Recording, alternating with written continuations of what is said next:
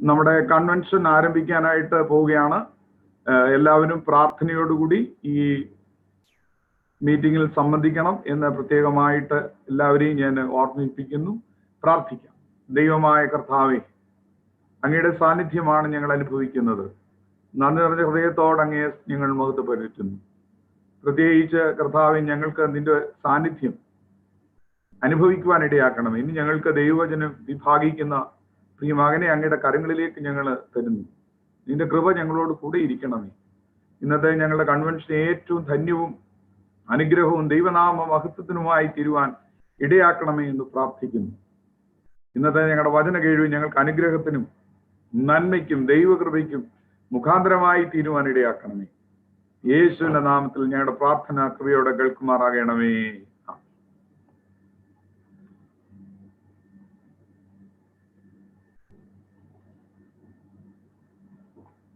ഇപ്പോൾ പാട്ട് പാടുന്നതാണ്, പാട്ടിന് സിംഗിങ് സെക്ഷൻ.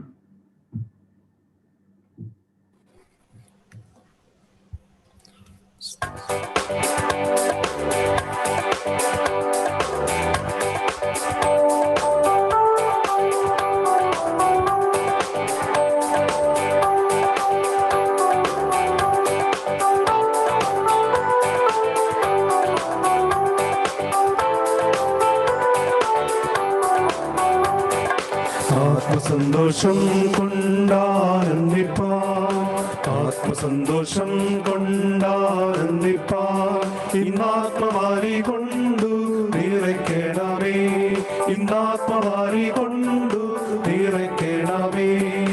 ദൈവത്തിൻ്റെ തേജസ്സിന്നിവിടെ, ദൈവത്തിൻ്റെ തേജസ്സിന്നിവിടെ. പ്രകാശിക്ക വേണം വെളിച്ചമായി, പ്രകാശിക്ക വേണം വെളിച്ചമായി.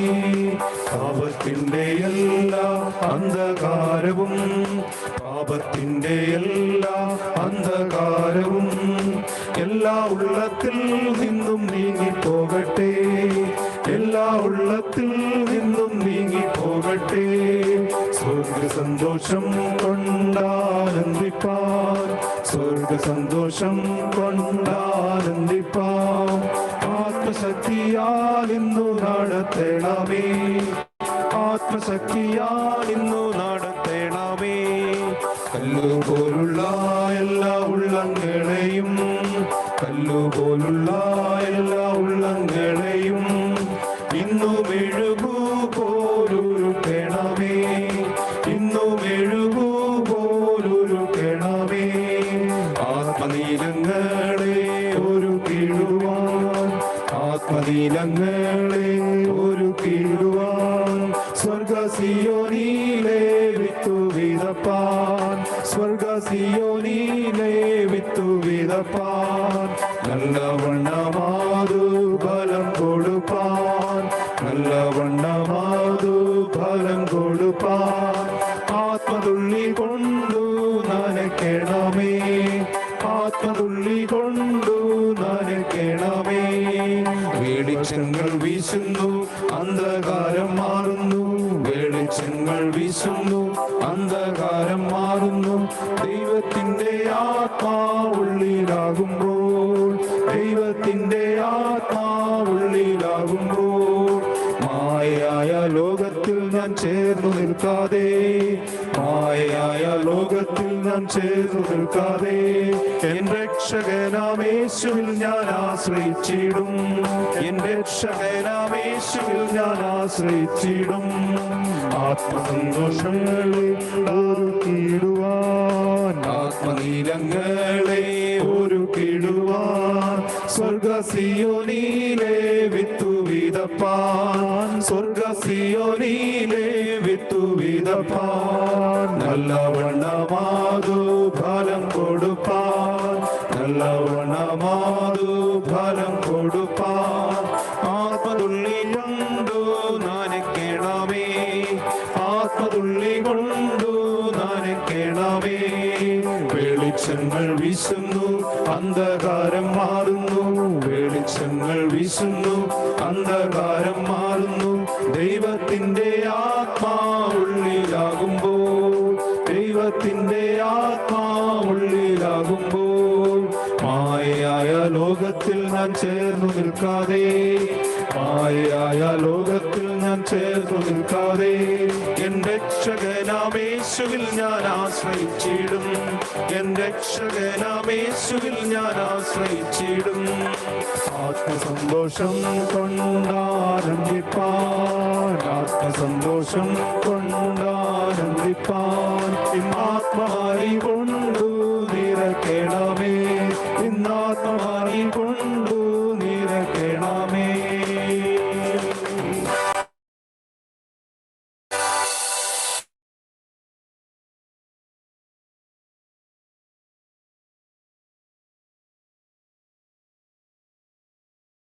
പ്രാർത്ഥനാ ഗീതങ്ങളിൽ 131 പാട്ട്.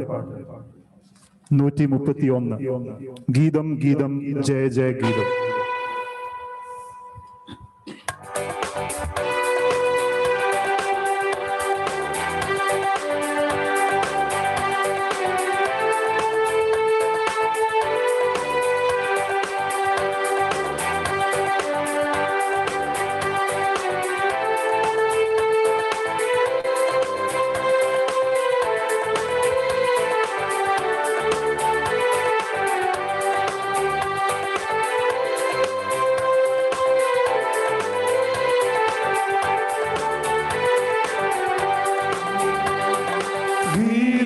ഗീതം ജയ ജയ ഗീതം പാടുവിൻ സോദരരേ, ഗീതം ഗീതം ജയ ജയ ഗീതം പാടുവിൻ സോദരരേ. നമ്മളെ യേശുനാഥൻ ജീവിക്കുന്നതിനാൽ ജയഗീതം പാടിടുവിൻ, നമ്മളെ യേശുനാഥൻ ജീവിക്കുന്നതിനാൽ ജയഗീതം പാടിടുവിൻ.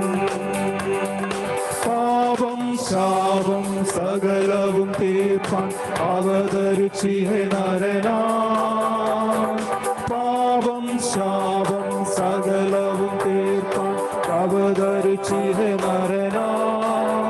ദൈവകോപത്തിൽ വെന്തരിഞ്ഞവനാം രക്ഷകൻ ജീവിക്കുന്നു, ദൈവകോപത്തിൽ വെന്തരിഞ്ഞവനാം രക്ഷകൻ ജീവിക്കുന്നു. ഗീതം ഗീതം ജയ ജയ ഗീതം പാടുവിൻ സോദരരേ, ഗീതം ഗീതം ജയ ജയ ഗീതം പാടുവിൻ സോദരരേ. നമ്മളെ യേശുനാഥൻ ജീവിക്കുന്നതിനാൽ ജയഗീതം പാടിടുവിൻ, നമ്മളെ യേശുനാഥൻ ജീവിക്കുന്നതിനാൽ ജയഗീതം പാടിടുവിൻ. ഉലകമഹാന്മാരകിലരും ഒരുപോൽ ഉറങ്ങുന്നു കല്ലറയിൽ, ഉലകമഹാന്മാരകിലരും ഒരുപോൽ ഉറങ്ങുന്നു കല്ലറയിൽ.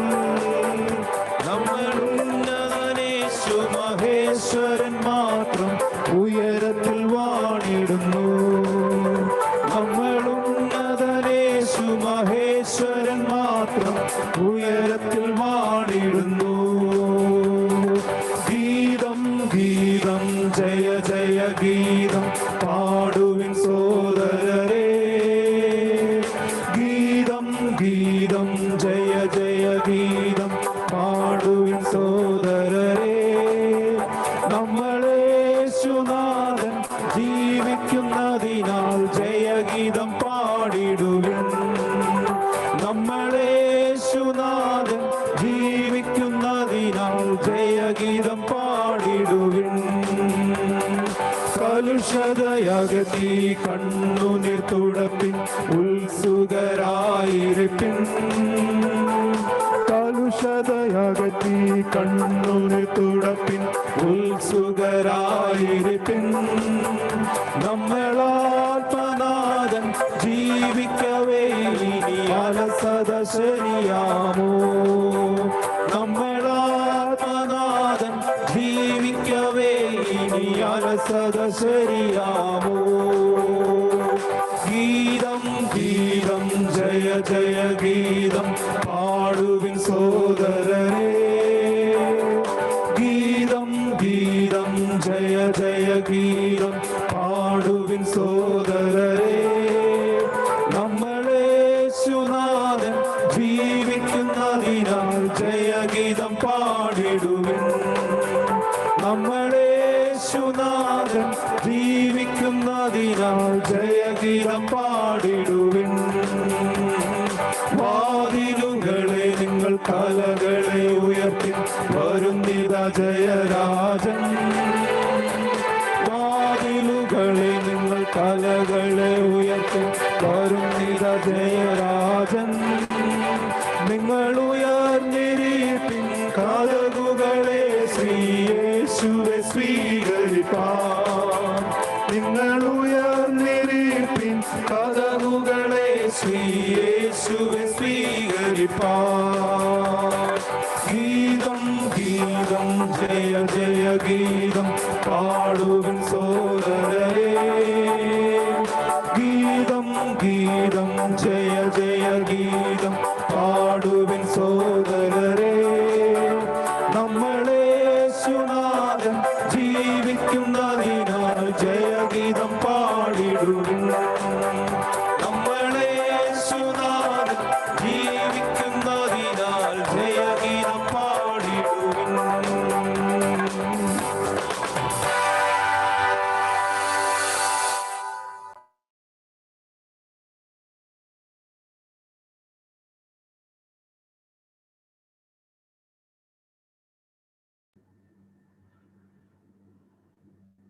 മധ്യസ്ഥ പ്രാർത്ഥനയ്ക്കായിട്ട് നമുക്ക് ഒരുങ്ങാം. അതിന് ഇടവകയുടെ വൈസ് പ്രസിഡന്റ് ഒ മാത്യു തോമസ് ഇപ്പോൾ സങ്കീർത്തനം വായിക്കും. അതിനെ തുടർന്ന് മധ്യസ്ഥ പ്രാർത്ഥനയ്ക്ക് നേതൃത്വം.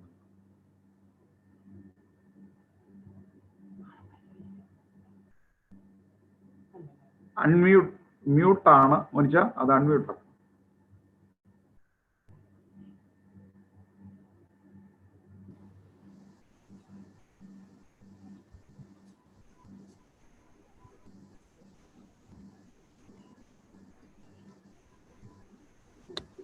സങ്കീർത്തനം വായിക്കാം.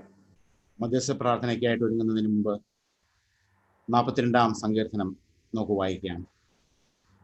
ഞാൻ നീർത്തോടുകളിലേക്ക് ചെല്ലുവാൻ കാക്ഷിക്കുന്നത് പോലെ ദൈവമേ, എൻ്റെ ആത്മാവ് നിന്നോട് ചേരുവാൻ കാക്ഷിക്കുന്നു.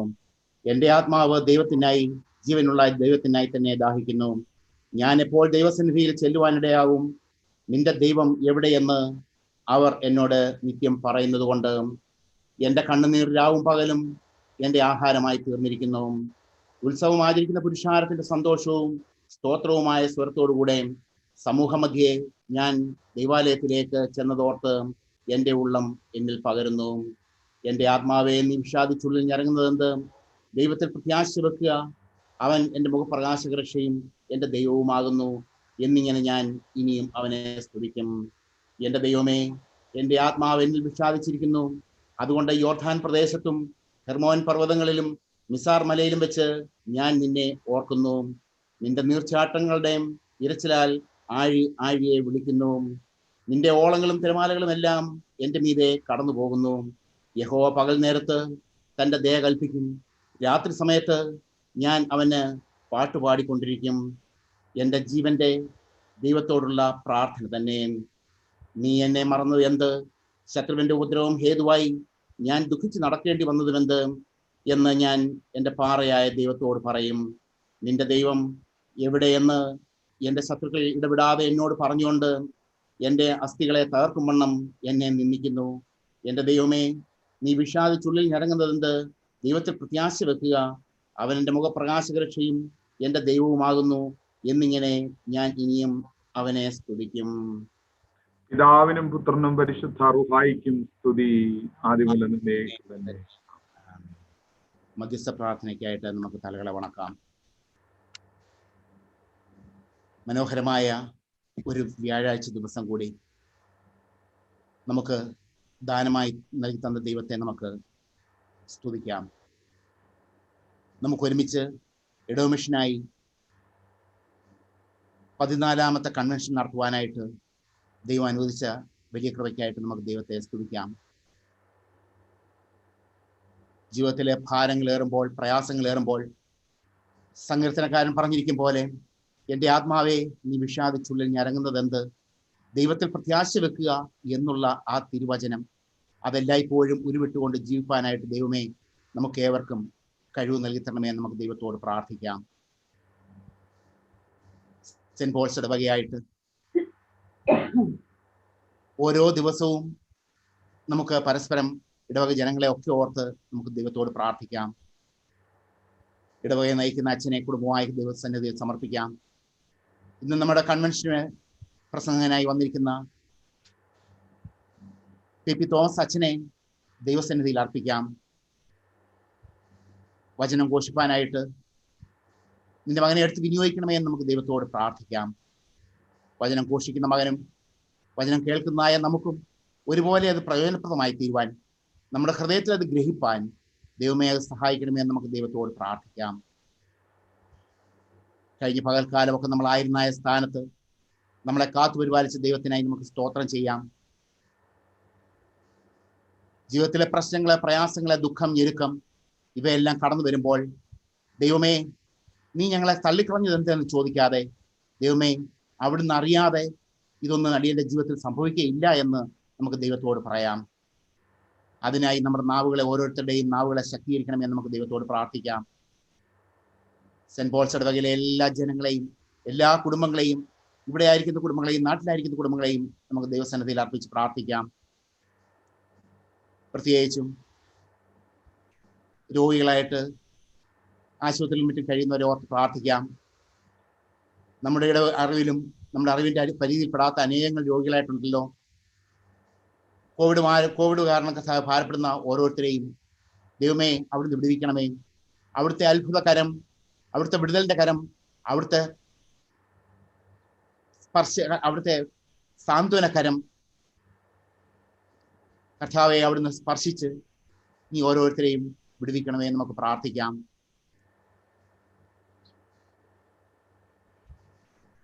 ശാരീരികമായി അസ്വസ്ഥ അനുഭവപ്പെടുന്ന നമ്മുടെ വലിയ മെത്രാപ്പോലിത്തായ ദൈവകരങ്ങളിൽ അർപ്പിച്ച് പ്രാർത്ഥിക്കാം. പൂർണ്ണ സൗഖ്യം നിന്റെ മകന് ദൈവമേ പകർന്നു കൊടുക്കണമേ എന്ന് നമുക്ക് ദൈവത്തോട് പ്രാർത്ഥിക്കാം.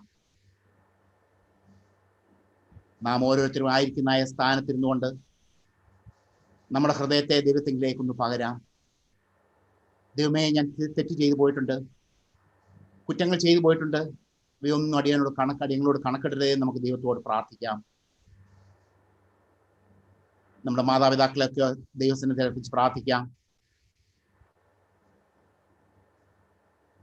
ഇവിടെ ആയിരിക്കുന്ന കുഞ്ഞുങ്ങള്, നാട്ടിലായിരിക്കുന്ന കുഞ്ഞുങ്ങള്, വിവാഹപ്രായത്തിലെത്തിയിരിക്കുന്ന കുഞ്ഞുങ്ങള്, തക്ക തുണയെ കിട്ടാതെ ഭാരപ്പെടുന്ന,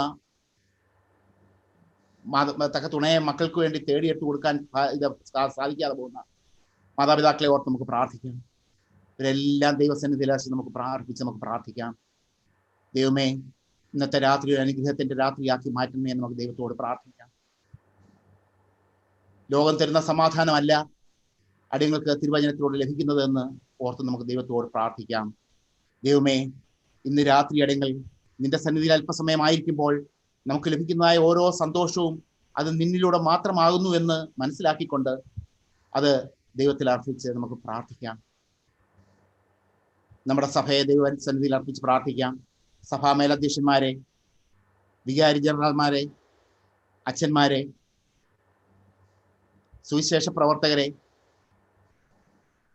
അങ്ങനെ സഭയുടെ ഓരോ ഭാരവാഹിത്വം വഹിക്കുന്നവരെ, എല്ലാ ഇടവകളെയും ഒക്കെ നമുക്ക് ദൈവസന്നിധി അർപ്പിച്ച് പ്രാർത്ഥിക്കാം.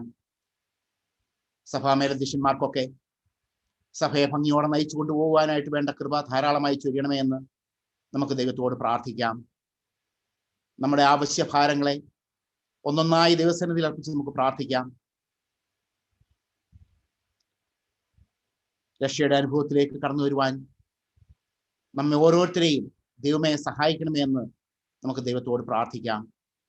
മാൻ നീർത്തോടുകളിലേക്ക് ചെല്ലുവാൻ കാക്ഷിക്കുന്നത് പോലെ ദൈവമേ എൻ്റെ ഹൃദയം നിന്നോട് ചേരുവാനായിട്ട് കാക്ഷിക്കുന്നു. അതിനായി ആ ഹൃദയത്തെ ഇന്ന് രാത്രി വചന ശുശ്രൂഷയിലൂടെ എടുത്ത് വിനിയോഗിക്കണമേ എന്ന് നമുക്ക് ദൈവത്തോട് പ്രാർത്ഥിക്കാം.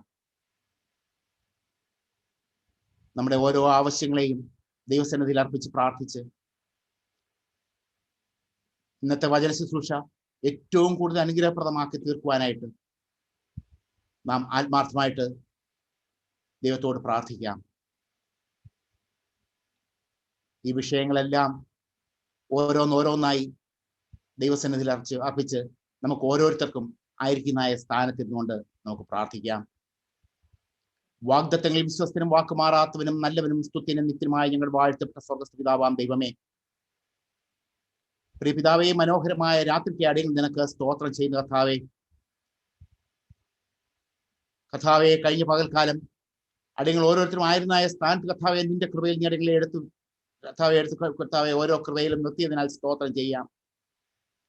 കർത്താവെ, ഇന്ന് രാത്രി കർത്താവെ അടിയങ്ങൾ കർത്താവെ ഒന്നിനും പ്രാപ്തരല്ല എന്ന് അടിയങ്ങൾ കർത്താവെ ആ തിരുസന്നിധിയിൽ അടിയങ്ങളെ സമർപ്പിച്ച് പ്രാർത്ഥിക്കുന്നു. കർത്താവെ സർവശക്ത, അടിയങ്ങളെ അനുഗ്രഹിക്കണമേ. അടിയങ്ങൾ ചെയ്തു പോയ കുറ്റങ്ങളും കുറവുകളും ഒന്നും അടിയങ്ങളോട് കണക്കിടരുതേ. നിന്റെ പാപം എത്ര കടിച്ചുവപ്പായിരുന്നല്ലോ അതിന് ഞാൻ ഹിമം പോലെ വെളുപ്പിക്കാമെന്ന് ഏറ്റവും സർവശക്ത. അടിയങ്ങളുടെ പാപങ്ങളെ, അടിയങ്ങളുടെ കുറ്റങ്ങളെ, അടിയങ്ങളുടെ കുറവുകളെ ഒക്കെയും കർത്താവെ അടിയങ്ങൾ ആ തിരുസന്നിധിയിലേക്ക് അർപ്പിച്ച് പ്രാർത്ഥിക്കുന്നു. കർത്താവെ, നീ അടിയങ്ങൾക്ക് വിടുതൽ നൽകി തരണമേ, സമാധാനം നൽകി തരണമേ. ആ സ്വർഗീയ സമാധാനം നീ അടിയങ്ങൾക്ക് നൽകി തരണമേ എന്ന് അടിയങ്ങൾ നിന്നോട് പ്രാർത്ഥിക്കുന്നു. കർത്താവെ, സെന്റ് പോൾസ് ഇടവകയെ ഓർത്ത് പ്രാർത്ഥിക്കുന്നു. ഇടവകയിലെ ഓരോ കുടുംബങ്ങളെയും കർത്താവെ പേര് പേരായി കർത്താവെ ഓരോ മെമ്പേഴ്സിനെ ഓർത്ത് പ്രാർത്ഥിക്കുന്നു. കർത്താവെ, അവിടുന്ന് അനുഗ്രഹിക്കണമേ, സമർത്ഥമായിട്ട് അനുഗ്രഹിക്കണമേ എന്ന് പ്രാർത്ഥിക്കുന്നു. കർത്താവെ, ഈ കൺവെൻഷൻ നടത്തി എന്നുള്ള സന്തോഷത്തിലല്ല കർത്താവെ, ഈ കൺവെൻഷൻ നടന്ന് അതിൽ കടന്നു വന്നു എന്നുള്ളതല്ല പച്ച ഈ സന്തോഷ കർത്താവെ, ഈ കൺവെൻഷനിലൂടെ അടിയങ്ങൾക്ക് ലഭിക്കുന്ന നിന്റെ മകനിലൂടെ ലഭിക്കുന്ന കർത്താവെ ആ സമാധാനത്തിന്റെ, ആ സന്തോഷത്തിന്റെ, ആ വിടുതലിന്റെ തിരുവചനം കർത്താവെ അടിയങ്ങളുടെ ഓരോരുത്തരുടെ ഹൃദയത്തിന്റെ നിലവാരം അനുസരിച്ച് ക്രിയ ചെയ്യുവാൻ സ്വർഗമേ അവിടുന്ന് സഹായിക്കണമെന്ന് നമുക്ക് ദൈവത്തോട് പ്രാർത്ഥിക്കാം. സർവശക്ത, അടിയങ്ങൾ ആരും ഒന്നിനും പ്രാപ്തരല്ല പച്ച. നിന്ന് ലഭിച്ചിട്ടുള്ള സമാധാനവും സന്തോഷവും അല്ലാതെ കർത്താവെ അടിയങ്ങൾ കർത്താവെ ഒന്നിനും കർത്താവെ പൂഴുവാനായിട്ടില്ല. കർത്താവെ, ഒന്നും അടിയങ്ങൾ നേടിയതല്ല പച്ച. സർവ്വതോർത്ത ദാനമാകുന്നെന്ന് മനസ്സിലാക്കിക്കൊണ്ട് നിങ്ങൾ തന്നെ കർത്താർപ്പിച്ച് ജീവിപ്പാൻ ഞങ്ങൾ സഹായിക്കണമേ എന്ന് പ്രാർത്ഥിക്കുന്നു. അടിയങ്ങളുടെ കഴിവ് കൊണ്ടോ, അടിയങ്ങളുടെ ബുദ്ധി കൊണ്ടോ, അടിയങ്ങളുടെ ശക്തി കൊണ്ടോ, അടിയങ്ങളുടെ കരങ്ങൾ കൊണ്ടോ ഒന്നും അടിയങ്ങൾക്ക് നേടുവാൻ സാധിച്ചിട്ടില്ല. സർവ്വതോർത്ത ദാനമാകുന്നെന്ന് മനസ്സിലാക്കി നിന്നോട് കൂടുതൽ പറ്റിച്ചേർന്ന് ജീവിപ്പാൻ ഞങ്ങൾ സഹായിക്കണമേ എന്ന് പ്രാർത്ഥിക്കുന്നു. ഒരു പിതാവെ, അടിയങ്ങളുടെ നയിക്കുന്ന കഥാച്ചനെ കരങ്ങളിലേക്ക് തരുന്നു. കഥാവെ, നിന്റെ മകന് കഥാവെ ഇടവകയെ കഥാവെ വേണ്ട വിധത്തിൽ നയിച്ചുകൊണ്ട് പോകാനായിട്ട് കഥാവ് വേണ്ട ഉയരത്തിലെ ജ്ഞാനം പകർന്നു കൊടുക്കണമേ എന്ന് പ്രാർത്ഥിക്കുന്നു. കുടുംബമായി കരങ്ങളിലേക്ക് തരുന്നു. നാട്ടിലായിരിക്കുന്ന പൈതലിനെ ഓർത്ത് പ്രാർത്ഥിക്കുന്നു. മാതാപിതാക്കളെ ഓർത്ത് പ്രാർത്ഥിക്കുന്നു. ഇവിടെ ആയിരിക്കുന്ന മക്കളെയും കൊച്ചിനെ ഓർത്ത് പ്രാർത്ഥിക്കുന്നു. എല്ലാവരെയും കഥ ഒരുപോലെ അനുഗ്രഹിച്ച് വഴി നടത്തണമേ എന്ന് പ്രാർത്ഥിക്കുന്നു. പി തോമസ് അച്ഛനെ ഓർത്ത് പ്രാർത്ഥിക്കുന്നു. കഥാവെ, നിന്റെ മകൻ കഥാവെ അടിയങ്ങളുടെ ഈ കൂട്ടായ്മ കഥാവെ ഈ കൺവെൻഷന് വേണ്ടിയിട്ട് നിന്റെ മകന് കഥാവെ വരാമെന്ന് സമ്മതിച്ചതിന് ആ കൃപയ്ക്കായിട്ട് സ്തോത്രം ചെയ്യുന്നു. കഥാ കൊടുത്ത മനസ്സിനായിട്ട് സ്തോത്രം ചെയ്യുന്നു. കഥാവെ, നിന്റെ മകനിലൂടെ കേൾക്കുന്ന തിരുവചനം കഥാവെ അടിയങ്ങളുടെ ഓരോരുത്തരുടെ ഹൃദയത്തിന്റെ കഥാവെ ക്രിയ ചെയ്യുവാൻ ഇടയാക്കണമേ എന്ന് പ്രാർത്ഥിക്കുന്നു. സർവശക്ത, അടിയങ്ങൾ ആരും ഒന്നിനും പ്രാപ്തരല്ല പച്ച. അടിയങ്ങൾ കേൾക്കുന്ന തിരുവചനം കഥാവെ അടിയങ്ങളുടെ ഹൃദയത്തിൽ കഥാവെ ഗ്രഹിപ്പാനായിട്ട് ഗ്രഹിക്കുന്ന തിരുവചനം കഥാവെ അനേകരെ നിങ്ങളിലേക്ക് ആദായപ്പെടുത്തുവാനായിട്ട് കഥാവെ ആ വിക്കനായ മോശയുടെ നാവിനെടുത്ത് വിനിയോഗിച്ചതുപോലെ കഥാവെ അടിയങ്ങളുടെ നാവിനെടുത്ത് വിനിയോഗിക്കുവാൻ ശക്തീകരിക്കണമേ എന്ന് പ്രാർത്ഥിക്കുന്നു. കഥാവെ സർവശക്ത, ഇതിൽ കഥാവെ ഈ കൂട്ടായ്മ കഥാവെ അടിയങ്ങളുടെ കഥാവെ കൺവെൻഷനില് കഥാവെ പാട്ടുപാടി കഥാവെ കൺവെൻഷനെ ധന്യമാക്കി തീർക്കുന്ന മക്കളെ ഓർത്ത് പ്രാർത്ഥിക്കുന്നു. സർവശക്ത, ഹല്ലേലൂയ, സ്തോത്രം കർത്താവേ. ഇതിനുവേണ്ടി പ്രയത്നിച്ച എല്ലാവരും ഓർത്ത് പ്രാർത്ഥിക്കുന്നു. കർത്താവെ ബഹ്റിൻ ദേശത്ത് ഓർത്ത് പ്രാർത്ഥിക്കുന്നു. കർത്താവെ, ഹല്ലേലൂയ, സ്തോത്രം കർത്താവെ കോവിഡ് ബാധിച്ച് കർത്താവെ ഭാരപ്പെടുന്ന ഓരോരുത്തരെ ഓർത്ത് പ്രാർത്ഥിക്കുന്നു. ആശുപത്രി കർത്താവെ ആയിരിക്കുന്ന ഓരോരുത്തരെ ഓർത്ത് പ്രാർത്ഥിക്കുന്നു. കർത്താവെ പ്രത്യേക കർത്താവെ രോഗക്കിടക്കയിലൊക്കെ ആയിരിക്കുന്നത് പ്രത്യേകിച്ച് കരങ്ങളിലേക്ക് തരുന്നു. കർത്താവെ അവിടുന്ന് രോഗക്കിടക്കയെ മാറ്റി തിരിപ്പാൻ മതിയായവനാകെ സ്തോത്രം ചെയ്യുന്നു. കർത്താവെ സർവശക്ത, ഇന്ത്യ മഹാരാജ്യത്ത് ഓർത്ത് പ്രാർത്ഥിക്കുന്നു. കർത്താവെ ഈ ലോകത്തെ ബാധിച്ചിരിക്കുന്ന കർത്താവെ ഈ കോവിഡിനെ കർത്താവെ അവിടുന്ന് കർത്താവെ ഇല്ലായ്മ ചെയ്യണമേ എന്ന് പ്രാർത്ഥിക്കുന്നു. കർത്താവെ അടിയങ്ങൾക്ക് തിരുസന്നിധി യാചിപ്പാനേ കഴിയുള്ളൂ പച്ച. അവിടുന്ന് ഫലം നൽകി തരുവാൻ മതിയായവനാകെ സ്തോത്രം ചെയ്യുന്നു. മറ്റുമായി കരങ്ങളിലേക്ക് തരുന്നു. കർത്താവെ അടിയങ്ങളുടെ പൈതങ്ങളൊക്കെ ഓർത്ത് പ്രാർത്ഥിക്കുന്നു. ആയിരിക്കുന്ന സ്ഥാനത്ത് കർത്താവെ നിന്റെ കൃപയിൽ കാത്തുകൊള്ളണമേ എന്ന് പ്രാർത്ഥിക്കുന്നു. കർത്താവെ സർവശക്ത, അടിയങ്ങളുടെ മാതാപിതാക്കളൊക്കെ ഓർത്ത് പ്രാർത്ഥിക്കുന്നു. വാർദ്ധക്യ സഹജമായ സകല ക്ഷീണത്തിൽ നിന്ന് കർത്താവെ മാതാപിതാക്കളൊക്കെ കാത്തുകൊള്ളണമേ എന്ന് പ്രാർത്ഥിക്കുന്നു. കർത്താവെ. സർവശക്ത, ഇന്ന് കർത്താവെ, ഈ കർത്താവെ അടിയങ്ങളുടെ കൺവെൻഷൻ കർത്താവെ ഏറ്റവും അനുഗ്രഹപ്രദമായി തീരത്തക്ക വിധത്തിൽ അവിടുന്ന് സഹായിക്കണമേ, ബലപ്പെടുത്തണമേ, നിന്റെ സാന്നിധ്യം അനുഭവിച്ചറിയാൻ ഓരോ ഹൃദയങ്ങളെ ഒരുക്കിയെടുക്കണമേ എന്ന് പ്രാർത്ഥിക്കുന്നു. പ്രാർത്ഥന കേൾക്കുക, സ്തോത്രം കർത്താവെ. ഏഴാ നടിയനെയും കരങ്ങളിൽ കർത്താവെ, ഒന്നിനും പ്രാർത്ഥനല്ല പച്ച നൽകി തന്നിരിക്കുന്ന സകല നന്മകൾക്കായും സ്തോത്രം ചെയ്യുന്നു കർത്താവെ.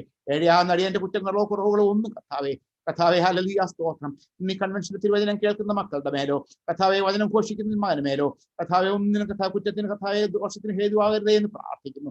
പ്രാർത്ഥന കേൾക്കിയ സ്തോത്രം. സർവ്വ അടിയക്കൊണ്ട് ജീവിച്ച പരമേശ്വരന്റെ നാമത്തിൽ യാചിക്കുന്നു. കൃപയുടെ കൊണ്ട് തന്നോട് ഉത്തരമുള്ളമാറാകണമേ.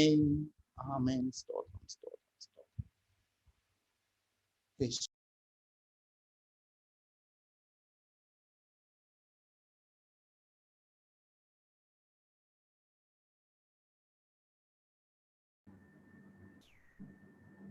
ഇന്ന് നമുക്ക് നമ്മുടെ കൺവെൻഷന്റെ ആദ്യ ദിനത്തിൽ ഒരുമിച്ച് കൂടുവാൻ ദൈവം നമ്പുരാൻ അവസരം ഒരുക്കിയതിനായി ഞാൻ ദൈവത്തെ സ്തുതിക്കുന്നു.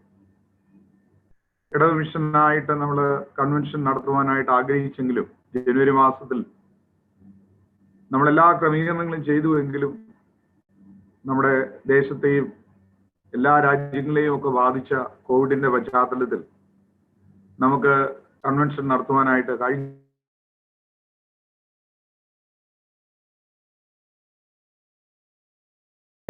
നമുക്കിങ്ങനെ ഒരു കൺവെൻഷൻ നടത്താം എന്നുള്ളതിനെ കുറിച്ച് ചിന്തിച്ചു. അപ്പോഴാണ് ഈ രീതിയിൽ സൂം പ്ലാറ്റ്ഫോം വഴിയും ഫേസ്ബുക്ക് ലൈവിലൂടെയും യൂട്യൂബ് ചാനലിലൂടെയും ഒക്കെ പല കൺവെൻഷനുകളും നടക്കുന്നുണ്ട് എന്ന് നമുക്ക് മനസ്സിലാക്കാനിടയായി. അപ്പോൾ അതിനും ചില സാങ്കേതികമായ ചില പ്രശ്നങ്ങളൊക്കെ കഴിഞ്ഞ ദിവസങ്ങളിൽ വന്നു. നമ്മുടെ ഉപയോഗിക്കുന്നതായിട്ടുള്ള നെറ്റ് അത്ര സ്പീഡുള്ളതല്ലാത്തതിനാൽ അതിന്റെ പ്രശ്നങ്ങൾ. എന്നാൽ ദൈവത്തിന്റെ കരുണ കൊണ്ട് നമുക്കതെല്ലാം അതിജീവിച്ച് ഇന്ന് നമ്മുടെ കൺവെൻഷന്റെ പ്രഥമ ദിവസം ദൈവസന്നിധിയിലായിരിക്കാൻ ദൈവം നമ്പുരാൻ തന്ന ഭാഗ്യത്തിന് ഞാൻ ദൈവത്തിന് നന്ദി പറയും. നമ്മളിങ്ങനെ ഇത് കാണുമ്പോൾ ഇതിന്റെ പിൻപിൽ ഒരുപാട് ആളുകളുടെ പ്രയത്നമുണ്ട്. പ്രാർത്ഥനയിൽ നാം അനുസ്മരിച്ചതുപോലെ പാട്ടുപാടുന്ന പ്രിയപ്പെട്ടവർ, ടെക്നിക്കൽ അസിസ്റ്റൻസ് നൽകുന്ന പ്രിയപ്പെട്ടവർ, അവർ ഇതിന്റെ പിന്നിലുണ്ടോ ഒരുപാട് പേരുണ്ട്. ഓരോരുത്തരുടെയും പ്രയത്നവും അവരുടെ പ്രാർത്ഥനയുമാണ് ഇതിന്റെ പിൻപിലെ ഈ തരത്തിൽ ഇത് പ്രായോഗികമാക്കുവാനായിട്ട് ദൈവം നമ്മളെ സഹായിച്ചത്. ഈ കൺവെൻഷന് ആരെ വിളിക്കും എന്ന് ചിന്തിച്ചപ്പോൾ പ്രിയപ്പെട്ട TB തോമസ് അച്ഛനെ വിളിക്കണം എന്നാണ് ഇവിടുത്തെ ഭൂരിഭാഗം ആളുകളുടെയും ഒരു അഭിപ്രായം. അതിന്റെ അടിസ്ഥാനത്തിലാണ് ബഹുമാനപ്പെട്ട അച്ഛനെ നാം ഈ 3 ദിവസത്തെ ഈ ഓൺലൈൻ കൺവെൻഷന് അച്ഛനെ ക്ഷണിച്ചത്. അച്ഛനെ ഞാൻ ക്ഷണിച്ചപ്പോൾ തന്നെ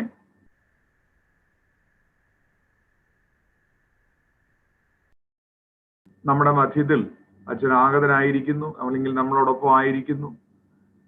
അച്ഛന്റെ ആ അനുഭവങ്ങൾ നമ്മളുമായിട്ട് ഈ 3 ദിവസം പങ്കുവയ്ക്കുവാൻ ദൈവം നമ്പുരാൻ അച്ഛനെ എടുത്ത് ഉപയോഗിക്കട്ടെ എന്ന് ഞാൻ ആത്മാർത്ഥമായി പ്രാർത്ഥിക്കുന്നു. നിങ്ങൾക്ക് എല്ലാവർക്കും അറിയാവുന്നതുപോലെ അച്ഛൻ അനേകം പരിപാടികളുള്ള തിരക്കുള്ള ഒരു പട്ടക്കാരനാണ്.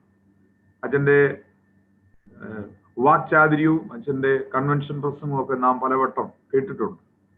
നമുക്ക് അച്ഛനെ ഈ പ്രാവശ്യത്തെ നമ്മുടെ ഇടവക മിഷന്റെ ഈ ഓൺലൈൻ കൺവെൻഷന് ലഭിച്ചത് ഏറ്റവും ധന്യമായി ഞങ്ങൾക്ക് എന്ന് അച്ഛനെ, പ്രിയപ്പെട്ട അച്ഛനെ ഞങ്ങൾ അറിയിക്കട്ടെ.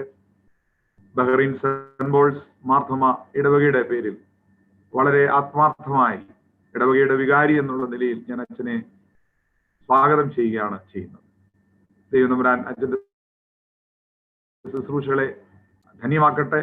അച്ഛനായിരിക്കുന്ന ഇടത്ത് അച്ഛന്റെ ശുശ്രൂഷ അനേകർക്ക്, സമൂഹത്തിന്, ചുറ്റുപാടുകൾക്ക് ഒക്കെ പ്രയോജനകരമായി തീരട്ടെ എന്ന് ഞാൻ പ്രാർത്ഥിക്കുന്നു.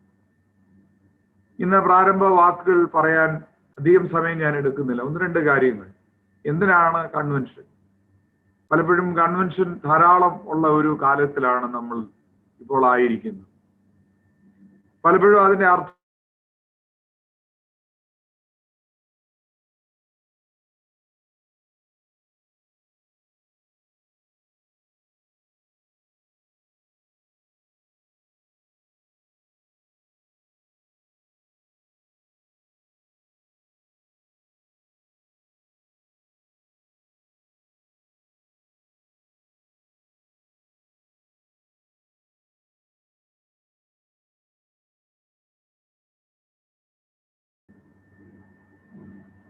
അതിന്റെ അർത്ഥവും വ്യാപ്തിയും പലപ്പോഴും നഷ്ടപ്പെട്ടു പോയിട്ടുണ്ട്.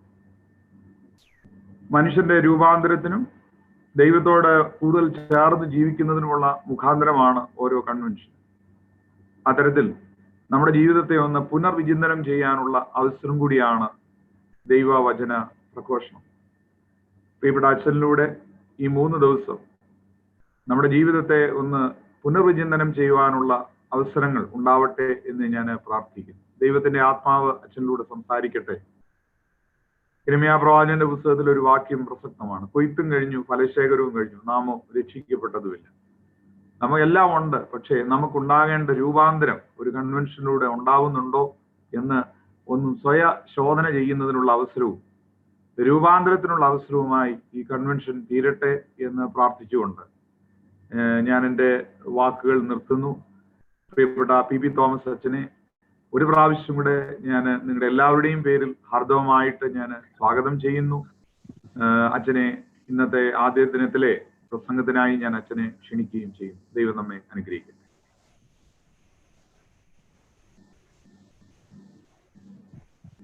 ബഹുമാനപ്പെട്ട സാം ജോർജ് അച്ഛൻ, ബഹ്റൈൻ സെന്റ് പോൾസ് മാർത്തോമ ഇടവകയിലെ ഇടവക മിഷന്റെ ചുമതലക്കാരെ,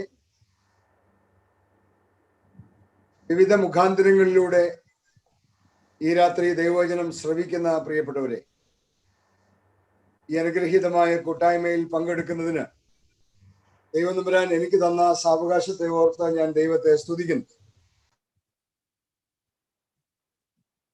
അച്ഛൻ സൂചിപ്പിച്ചതുപോലെ സംഘർഷഭരിതമായ ഒരു ലോക പശ്ചാത്തലത്തിൽ മനുഷ്യരെല്ലാം ഭീതിയോടെ കഴിയുന്ന ഈ നാളുകളിൽ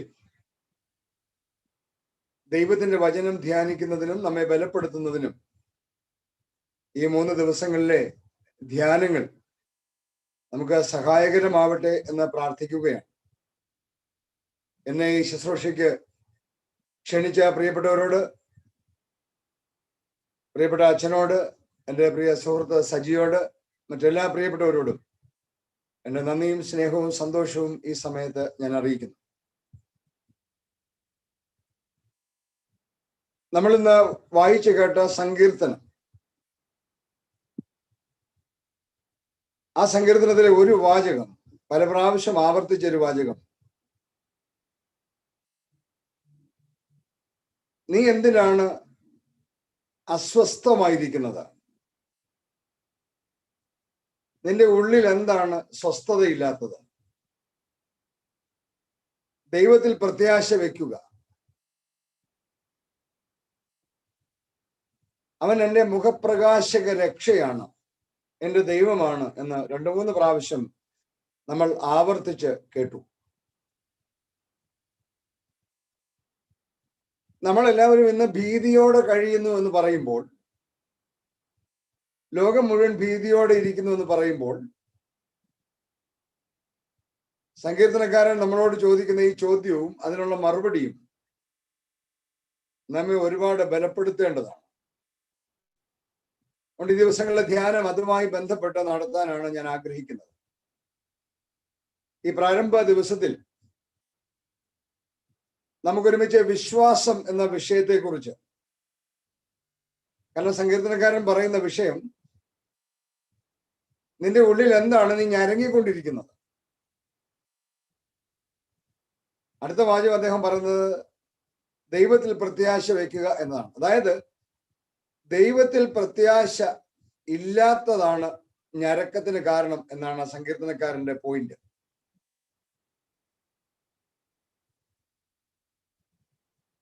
ഉൽപ്പത്തി പുസ്തകത്തിൽ ദൈവം തമ്പുരാൻ ചോദിക്കുന്ന 3 ചോദ്യങ്ങളുണ്ട്.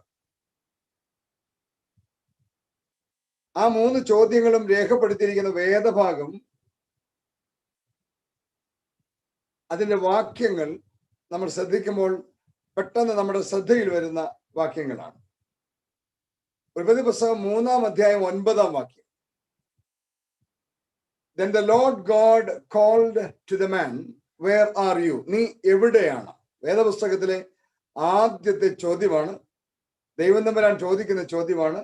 3-ാം അധ്യായം 9-ാം വാക്യം, മനുഷ്യ നീ എവിടെ? Where are U? 4-ാം അധ്യായം 9-ാം വാക്യം. 2-ാമത്തെ ചോദ്യമാണ്, നിന്റെ സഹോദരൻ എവിടെ? Where is your brother? 3-ാം അധ്യായം 9-ാം വാക്യം, 4-ാം അധ്യായം 9-ാം വാക്യം. മൂന്നാമത് ഒരു ചോദ്യം കൂടെ ഉൽപ്പത്തി പുസ്തകത്തിൽ ദൈവം തമ്പുരാൻ ചോദിക്കുന്നു. 18-ാം അധ്യായം 9-ാം വാക്യം. അബ്രാഹാമിനോട് ദൈവം ചോദിക്കുകയാണ്, where is Sarah your wife? നിന്റെ ഭാര്യ എവിടെ? പ്രിയപ്പെട്ടവരെ, ഈ 3 വേദവാക്യങ്ങൾ നമ്മൾ ഒരുമിച്ച് വായിച്ചു നോക്കിയാൽ ഒരു മനുഷ്യനെ സംബന്ധിച്ചിടത്തോളം അവന്റെ ജീവിതത്തിന്റെ സമസ്ത മേഖലകളെയും സ്പർശിക്കുന്ന ചോദ്യങ്ങളാണ്, അതിന്റെ ഉത്തരങ്ങളാണ് നമ്മുടെ ജീവിതത്തിന്റെ ആകത്തുക എന്ന് പറയാം. 3-ാം അധ്യായം 9-ാം വാക്യം, നീ എവിടെയാണ്? Where are you? അത് ചോദിക്കാൻ കാരണമുണ്ട്. എല്ലാ ദിവസവും ദൈവം തമ്പുരാൻ വൈകുന്നേരം ഏദൻ തോട്ടത്തിൽ വന്ന് ആദമിനോട് ഹവയോട് ഒരുമിച്ച് യാത്ര ചെയ്യുകയും സന്തോഷിക്കുകയും കൂട്ടായ്മ അനുഭവിക്കുകയും ചെയ്തുകൊണ്ടിരിക്കെ ഒരു ദിവസം വന്നപ്പോൾ അവരെ കാണുന്നില്ല. അപ്പോഴാണ് ചോദ്യം ചോദിക്കുന്നത്, വേർ ആർ യു? നീ എവിടെയാണ്?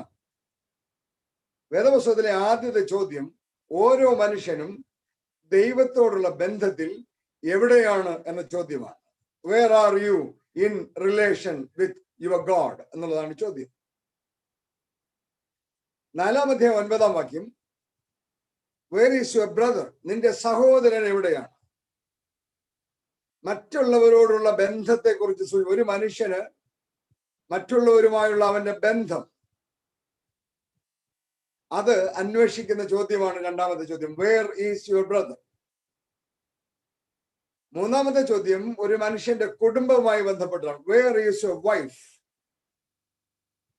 ഞാൻ എപ്പോഴും ചിന്തിക്കുന്ന ഒരു കാര്യം എന്ന് പറയുന്നത്, ഈ 3 ചോദ്യങ്ങൾക്ക് കൃത്യമായി ഉത്തരം കണ്ടെത്താമെങ്കിൽ ഒരു മനുഷ്യന്റെ ജീവിതം മുഴുവൻ വളരെ അനുഗ്രഹകരമായി മുന്നോട്ട് നയിക്കാനായിട്ട് കഴിയും. പ്രിയപ്പെട്ടവരെ, ഇന്ന് രാത്രി നമ്മൾ ഒരുമിച്ച് ധ്യാനിക്കാൻ ആഗ്രഹിക്കുന്നത് ദൈവത്തോടുള്ള ബന്ധത്തിൽ നമ്മൾ എവിടെയാണ് എന്നതാണ്. 3-ാം അധ്യായം 9-ാം വാക്യം ഞാൻ ഒന്നുകൂടെ വായിക്കുന്നു. യഹോവയായ ദൈവം മനുഷ്യനെ വിളിച്ചു, നീ എവിടെ എന്ന് ചോദിച്ചു. 10-ാമത്തെ വാക്യം, തോട്ടത്തിൽ നിന്റെ ഒച്ച കേട്ടിട്ട് ഞാൻ ഭയപ്പെട്ട് ഒളിച്ചു എന്ന് അവൻ പറഞ്ഞു. നീ എവിടെ എന്ന് ചോദിച്ചപ്പോൾ നിന്റെ ഒച്ച കേട്ട് ഞാൻ ഒളിച്ചു എന്നാണ് മറുപടി. എന്തുകൊണ്ട്? ദൈവത്തിലുള്ള അവന്റെ കോൺഫിഡൻസ് നഷ്ടപ്പെട്ടു പോയി. നമുക്ക് ഒരു നിമിഷം പ്രാർത്ഥിച്ച് വിഷയത്തിലേക്ക് പ്രവേശിക്കാം. ദൈവമായ കർത്താവേ, സ്വർഗീയ പിതാവേ, അനുഗ്രഹീതമായ രാത്രിക്കായി ഞങ്ങൾ അങ്ങേക്ക് നന്ദി പറയുന്നു. കർത്താവേ, വ്യത്യസ്തങ്ങളായ 2 സ്ഥലങ്ങളിൽ ഇരുന്ന് ഞങ്ങൾക്ക് ഒരുമിച്ച് ദൈവത്തിന്റെ വചനം ധ്യാനിക്കുവാൻ തന്ന ഭാഗ്യത്തിനായി സ്തോത്രം. ഇന്ത്യ മഹാരാജ്യത്ത് നിന്ന് ബലഹീനനായ അടിയന് ഈ മുഖാന്തരത്തിലൂടെ ദൈവവചനം ഘോഷിക്കുന്നതിനും അറേബ്യൻ ഗൾഫിൽ ഇരുന്ന് നിന്റെ മക്കൾക്ക് ദൈവത്തിന്റെ വചനം ശ്രവിക്കുന്നതിനും ഈ രാത്രി ദൈവം തമ്പുരാൻ ഒരുക്കി തന്ന ഈ നല്ല സാവകാശത്തിനായി സ്തോത്രം. കർത്താവേ, ഈ മുഖാന്തരങ്ങളെ ദൈവം അനുഗ്രഹിക്കണം. ഒരു പ്രയാസവും തടസ്സവും കൂടാതെ ഈ ശുശ്രൂഷ അനുഗ്രഹകരമായിട്ട് നടക്കുന്നതിന് ദൈവം തമ്പുരാൻ സഹായിക്കണം എന്ന് പ്രാർത്ഥിക്കുന്നു. ബലഹീനനാടിനെ ബലപ്പെടുത്തണം. കേൾക്കുന്നതിന്റെ മക്കളുടെ ഹൃദയങ്ങളോട് അവിടുന്ന് പ്രവർത്തിക്കണം. യേശുവിന്റെ ധന്യനാമത്തിൽ അടിയങ്ങൾ പ്രാർത്ഥിക്കുന്നു. കൃപയോടെ കേൾക്കണമേ. ദൈവത്തോടുള്ള നമ്മുടെ ബന്ധം, ദൈവത്തോടുള്ള നമ്മുടെ വിശ്വാസം, ദൈവത്തിലുള്ള നമ്മുടെ കോൺഫിഡൻസ്, അതാണ് നമ്മെ ഈ ഭൂമിയിൽ നിലനിർത്തുന്ന ഏറ്റവും പ്രധാനപ്പെട്ട കാര്യം. വിശ്വാസിയും അവിശ്വാസിയും മനുഷ്യ മനസ്സിൽ സംശയത്തിന്റെ അലകൾ ഉയർത്തുന്ന വൈരുദ്ധ്യങ്ങളാണ് ഇവ രണ്ടും. പ്രത്യേകിച്ച് ഇന്നത്തെ ഈ ഒരു പ്രത്യേക പശ്ചാത്തലത്തിൽ വിശ്വാസികളെന്ന് കരുതുന്നവർ പോലും, വിശ്വാസികളെന്ന് അഭിമാനിക്കുന്നവർ പോലും ഒരുപാട് സംശയത്തിന്റെ നടുവിലൂടെയാണ് ജീവിക്കുന്നത്. പ്രത്യേകിച്ചും ഈ കോവിഡ് കാല പശ്ചാത്തലം നമ്മുടെയൊക്കെ വിശ്വാസങ്ങളെ ഒരുപാട് ചോദ്യം ചെയ്യുന്ന ഒരവസ്ഥയിലാണ്. അപ്പോൾ ആരാണ് വിശ്വാസി, ആരാണ് അവിശ്വാസി? വിശ്വാസി എന്ന് പൊതുവെ കരുതുന്നവർക്ക് യഥാർത്ഥ വിശ്വാസമുണ്ടോ? അവിശ്വാസി എന്ന് മുദ്ര കുത്തപ്പെടുന്നവർ യഥാർത്ഥത്തിൽ വിശ്വാസം ഇല്ലാത്തവരാണോ? ഒരു കാര്യം വ്യക്തമാണ്, ശിഷ്യത്വമെന്നും അംഗത്വമെന്നും പറയുന്നത് തികച്ചും വ്യത്യസ്തങ്ങളായ കാര്യങ്ങളാണ്. Discipleship and membership R entirely different. നമ്മളൊരു സഭയുടെ അംഗമാണ് എന്ന് പറഞ്ഞതുകൊണ്ട് നമ്മൾ ഒരു വിശ്വാസിയാകണം എന്നില്ല എന്നാണ് അർത്ഥം. ദൈവം നമ്മളെ ഇങ്ങനെ ഫ്രീ ആയിട്ട് വിടുന്ന ആളാണ്. നമ്മെ ആരെയും നിർബന്ധിക്കുന്ന ആളല്ല ദൈവം നമ്മളെ. ഏറ്റവും വലിയ പ്രധാനപ്പെട്ട ഉദാഹരണമാണ് നമ്മൾ വായിക്കുന്ന മുടിയൻ പുത്രന്റെ ഉപമ. മുടിയൻ പുത്രൻ എന്ന കഥാപാത്രം നമ്മുടെ മുമ്പിൽ വരച്ചു കാണിക്കുന്ന ഒരു സത്യമുണ്ട്. ദൈവത്തിൽ നിന്ന് അകന്ന് ജീവിക്കാനാണ് നിനക്ക് താല്പര്യമെങ്കിൽ ദൈവം നിന്നെ നിർബന്ധിച്ച് പിടിച്ചു നിർത്തുകയൊന്നുമില്ല. നമുക്കറിയാമല്ലോ, ഇളയ മകൻ അപ്പനോട് പറയുകയാണ്, അപ്പാ എൻ്റെ വക ഇങ്ങ് തരിക, ഞാന് നിന്റെ സാന്നിധ്യത്തിൽ നിന്ന് പോവുകയാണ്. അപ്പൻ അവനെ പിടിച്ചു നിർത്തുന്നതായിട്ടൊന്നും നമ്മൾ കാണുന്നില്ല. എന്നാൽ അവിടെ ആ പിതാവിനെ കുറിച്ച് നമ്മൾ കാണുന്ന ഒരു പ്രത്യേക വാചകമുണ്ട്. അവനെ ഫ്രീ ആയി വിട്ടു എങ്കിൽ പോലും തികഞ്ഞ ഹൃദയവേദനയോടെയാണ് ആ പിതാവ് തന്റെ ജീവിതം മുന്നോട്ട് നയിച്ചത് നമുക്ക് കാണാനായിട്ട് സാധിക്കും. അപ്പോ ദൈവത്തിൽ നിന്ന് അകന്ന് ജീവിക്കാനാണ് നമുക്ക് താല്പര്യമെങ്കിൽ ദൈവം നമ്മെ നിർബന്ധിച്ച് പിടിച്ചു നിർത്തുകയൊന്നുമില്ല. എന്നാൽ നമ്മെ ഫ്രീ ആയി വിടുന്നത് തികഞ്ഞ ഹൃദയവേദനയോടെ ആയിരിക്കും എന്ന് മാത്രം. യേശുകർത്താവ് മർക്കോസ് എഴുതിയ സുവിശേഷത്തിൽ 2 പ്രാവശ്യമായി പറയുന്ന 2 പ്രധാനപ്പെട്ട കാര്യങ്ങളുണ്ട്. അതായത് ഈ പ്രപഞ്ചത്തിൽ ഒന്നും അസാധ്യമല്ലാത്ത 2 ആളുകളാണുള്ളത്. ഒന്ന് ദൈവം. മർക്കോസ് എഴുതിയ സുവിശേഷം 10-ാം അധ്യായം 27-ാം വാക്യം, ദൈവത്തിന് സകലവും സാധ്യമല്ലോ എന്നാണ് അവിടെ വായിക്കുന്നത്. 2, ഒരു ശരിയായ വിശ്വാസി. മർക്കോസ് 9:23, വിശ്വസിക്കുന്നവന് സകലവും കഴിയും. ഇന്ന് വിശ്വാസത്തെ സംബന്ധിച്ച് നമ്മൾ മുമ്പോട്ട് ധ്യാനിക്കുമ്പോൾ വിശ്വാസം എന്ന് പറയുന്നത് ഞാനും എൻ്റെ ദൈവവും തമ്മിലുള്ള റിലേഷൻഷിപ്പിന്റെ കാര്യമാണ്. അതുകൊണ്ട് ദൈവം ഇന്ന് ചോദിക്കുകയാണ്, ഇന്ന് രാത്രിയിൽ വിവിധ മുഖാന്തരങ്ങളിലൂടെ എൻ്റെ ശബ്ദം ശ്രവിക്കുന്നവരോട് ദൈവം ചോദിക്കുകയാണ്, where are you in relationship with your God? വളരെ കാര്യമായി നമ്മൾ ആലോചിക്കണം. അപ്പോ നമ്മൾ പൗലോസിന്റെ ഒരു വാക്യം എടുത്ത് പറയും. എഫെസ്യർ ലേഖനം 2-ാം അധ്യായം 28-ാം വാക്യത്തിൽ പറയുന്ന വാചകമാണ്, faith is a gift of God or gift from God. വിശ്വാസം മനുഷ്യന്റെ എന്തെങ്കിലും മേന്മ കൊണ്ട് ലഭിക്കുന്നതല്ല, ദൈവത്തിന്റെ ദാനമാണ് വിശ്വാസം എന്നാണ് പൗലോസ് അപ്പോസ്തലൻ അവിടെ പറയുന്നത്. 9-ാം വാക്യത്തിൽ പ്രത്യേകിച്ച് പൗലോസ് പറയുന്നുണ്ട്, ആരും പ്രശംസിക്കാതിരിപ്പാൻ പ്രവൃത്തികളും കാരണമല്ല എന്ന്. എന്നാൽ ലോകപ്രസിദ്ധനായ D.L. മൂഡി ഇതിനെക്കുറിച്ച് ഒരു വാചകം പറഞ്ഞിട്ടുണ്ട്. D.L. മൂഡി പറയുന്നത് എങ്ങനെയാണ്, faith is a gift from God. അത് സത്യമാണ്. So is water, but you have to drink it. So is air, but you have to breathe it. വിശ്വാസം ദൈവത്തിന്റെ ദാനമാണ്. അതേപോലെ തന്നെയാണ് വെള്ളവും ദൈവം ദാനം ചെയ്തതാണ്. പക്ഷെ ആ വെള്ളം നീ കുടിച്ചെങ്കിലേ നിന്റെ ദാഹം മാറും. അതുപോലെ തന്നെ വായു ദൈവത്തിന്റെ ദാനമാണ്. പക്ഷെ നീ അത് ശ്വസിച്ചെങ്കിലേ നിനക്ക് പ്രാണൻ നിലനിർത്താൻ പറ്റുള്ളൂ. അതേപോലെ തന്നെയാണ് വിശ്വാസം. വിശ്വാസവും ദൈവത്തിന്റെ ദാനമാണ്. പക്ഷേ അത് സ്വീകരിക്കുന്നവനെ ആശ്രയിച്ചാണ് അവന്റെ വിശ്വാസ ജീവിതം മുന്നോട്ട് പോകുന്നത്. അങ്ങനെയാണെങ്കിൽ എന്താണ് വിശ്വാസം? നമ്മൾ പരമ്പരാഗതമായി ഹൃദയസ്ഥമാക്കിയിരിക്കുന്ന ഒരു വാചകമുണ്ട്. എബ്രായ ലേഖനം 11-ാം അധ്യായം 1-ാം വാക്യം. ഇത് കാണാതറിയാത്ത ആരും കാണുകയില്ല. വിശ്വാസം എന്നതോ ആശിക്കുന്നതിന്റെ ഉറപ്പും കാണാത്ത കാര്യങ്ങളുടെ നിശ്ചയവുമാകും. ഈ വാചകം കാണാതെ അറിയാമെന്നല്ലാതെ ശരിക്കും ഇതിന്റെ അർത്ഥം അറിയാമോ എന്ന് സംശയമാണ് പലരുടെ ജീവിതത്തെയും കാണുമ്പോൾ. Faith is the confident assurance that what we hope for is going to happen. It is the evidence of things we cannot yet see. ഇതിന്റെ പശ്ചാത്തലത്തിൽ ഇന്ന് രാത്രി നമ്മുടെ ധ്യാനത്തിനായി എന്താണ് വിശ്വാസം എന്ന് 3 തലക്കെട്ടുകളായി ഞാൻ നിങ്ങളുടെ മുമ്പിൽ പറയാനായിട്ട് ആഗ്രഹിക്കുകയാണ്. അത് ഈ വിശ്വാസത്തിൽ നമ്മൾ ഉറച്ചു വിശ്വസിച്ചാൽ കോവിഡ് അല്ല, എന്ത് പ്രതിസന്ധി ലോകത്തിൽ ഉണ്ടായാലും ധൈര്യമായി പിടിച്ചു നിൽക്കാനായിട്ട് നമുക്ക് കഴിയും എന്ന് ഞാൻ നിങ്ങളെ ഓർമ്മിപ്പിക്കാൻ ആഗ്രഹിക്കുകയാണ്. ഞാനിവിടെ പറയാൻ പോകുന്ന 3 വാചകങ്ങൾ വാട്ട് ഈസ് ഫെയ്ത്ത് എന്നതിന്റെ എക്സ്പ്ലനേഷൻ ആണ്. Faith is a total confidence in God's perfect wisdom.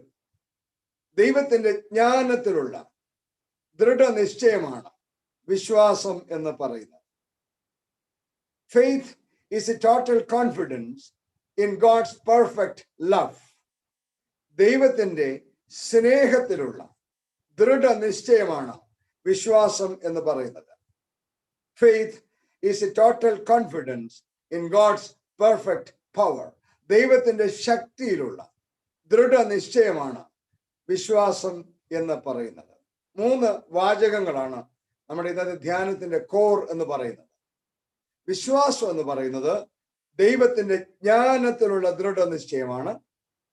വിശ്വാസം എന്ന് പറയുന്നത് ദൈവത്തിന്റെ സ്നേഹത്തിലുള്ള ദൃഢനിശ്ചയമാണ്. വിശ്വാസം എന്ന് പറയുന്നത് ദൈവത്തിന്റെ ശക്തിയിലുള്ള ദൃഢനിശ്ചയമാണ്. ഇതിനെക്കുറിച്ച് അല്പമായി നമുക്ക് ധ്യാനിക്കാം. 1, faith is a total confidence in God's wisdom. വിശ്വാസം ദൈവത്തിന്റെ ജ്ഞാനത്തിലുള്ള ദൃഢനിശ്ചയമാണ്. ഉൽപ്പത്തി പുസ്തകം 2-ാം അധ്യായം 15, 16, 17 വാക്യങ്ങൾ വായിക്കുമ്പോൾ അവിടെ നമുക്ക് ആദമിനെയും ഹവ്വയെയും കാണാം. ഏദൻ തോട്ടം, അതിന്റെ മനോഹാരിത വിശുദ്ധ വേദപുസ്തകം വിവരിക്കുന്നത് നമ്മൾ വായിക്കുമ്പോൾ തന്നെ എത്രമാത്രം ഹൃദ്യമാണ്. എന്താണ് ഏദൻ തോട്ടത്തിന്റെ പ്രത്യേകത? ഭയങ്കരമാണ്. അതിന്റെ മനോഹാരിത, അടുത്ത് ലഭിക്കുന്ന നന്മകൾ, സന്തോഷം എല്ലാം പറഞ്ഞറിയിക്കാനാവാത്തതാണ്. എന്നാൽ അവിടെ അവരെ കൊണ്ടുപോയി മനുഷ്യനെ ആക്കുമ്പോൾ ദൈവം അവരോട് പറയുന്നുണ്ട്. 3 കാര്യങ്ങളാണ് ദൈവം അവരെ കൊണ്ടാക്കുമ്പോൾ പ്രത്യേകമായിട്ട് നമ്മൾ വായിക്കുന്നത്. നീ ഈ തോട്ടം കാത്തു സൂക്ഷിക്കണം, ഒരു വേല ചെയ്യണം, കാത്തു സൂക്ഷിക്കണം. Till and keep the garden എന്നാണ് 2-ാം അധ്യായം 15-ാം വാക്യം. അത് ദൈവം മനുഷ്യന് നൽകിയ ഒരു നിയോഗമാണ്. അതേപോലെ തന്നെ ദൈവം പറഞ്ഞു, സകല വൃക്ഷങ്ങളുടെയും ഫലം നിനക്ക് ഇഷ്ടം പോലെ തിന്നാം. You may freely eat any fruit in the garden. ഒരു അനുവാദം കൊടുക്കുകയാണ്, എന്തും കഴിക്കാനുള്ള അനുവാദം. എന്നാൽ അതോടൊപ്പം തന്നെ ഒരു വിലക്കും ഉണ്ടായിരുന്നു. നന്മ തിന്മകളെ കുറിച്ചുള്ള അറിവിന്റെ വൃക്ഷത്തിന്റെ ഫലം നീ തിന്നരുത്. അപ്പൊ മനുഷ്യനെ ദൈവം ഏദൻ തോട്ടത്തിലാക്കിയപ്പോ, നമ്മളെയൊക്കെ ദൈവം തമ്പുരാൻ നമ്മുടേതായ സ്ഥലങ്ങളിലാക്കിയപ്പോ ഈ 3 കാര്യങ്ങളും നമ്മളെക്കുറിച്ചും ദൈവം ആഗ്രഹിക്കുന്നു, നമ്മെക്കുറിച്ച് ദൈവം ഉദ്ദേശിക്കുന്നു. There is a vocation, ഒരു നിയോഗം. You have to till and keep the garden where you are placed. വേല ചെയ്യുക, കാക്കുക. There is a permission, ഒരു അനുവാദമുണ്ട്. You may freely eat any fruit in the garden. ഇഷ്ടം പോലെ തിന്നാം. At the same time, there is a prohibition, ഒരു വിലക്ക് കൂടെ ഉണ്ട്. നന്മ തിന്മകളെ കുറിച്ചുള്ള അറിവിന്റെ വൃക്ഷത്തിന്റെ ഫലം തിന്നരുത്. അവിടെയാണ് പ്രത്യേകം പറയുന്നത്, തിന്നുന്ന നാളിൽ നീ മരിക്കും. കേൾക്കുന്ന പ്രിയപ്പെട്ടവരെ, ഇത് പറഞ്ഞ് ഏദൻ തോട്ടത്തിലാക്കിയ മനുഷ്യരെ നമ്മൾ പിന്നെ കാണുന്നത് 3-ാം അധ്യായത്തിൽ പിശാച് രംഗപ്രവേശം ചെയ്യുമ്പോഴാണ്. പിശാച് വന്ന് ഹവ്വയോട് പറയാണ്, നിങ്ങൾ മരിക്കയില്ല നിശ്ചയം. മാത്രമല്ല, നിങ്ങൾ ദൈവത്തെ പോലെയാകും. God's wisdom versus Satan's wisdom. ദൈവം പറയുന്നു, അറിവിന്റെ വൃക്ഷത്തിന്റെ ഫലം തിന്നാൽ നീ മരിക്കും. സാത്താൻ പറയുന്നു, മരിക്കയില്ല, നിങ്ങൾ ദൈവത്തെ പോലെയാകും. 3-ാം അധ്യായം 6-ാം വാക്യം പറയുന്നു, ആ വൃക്ഷഫലം നല്ലതും ഭംഗിയുള്ളതും കാമ്യവും എന്ന സ്ത്രീ കണ്ടു, പറിച്ചു, അവൾ തിന്നു, അവളുടെ ഭർത്താവിനും കൊണ്ടുപോയി കൊടുത്തു. അതായത് അവൾ ദൈവത്തെ കാണും. ദൈവത്തിന്റെ ജ്ഞാനത്തെക്കാൾ സാത്താനെ അവൾ വിശ്വസിച്ചു.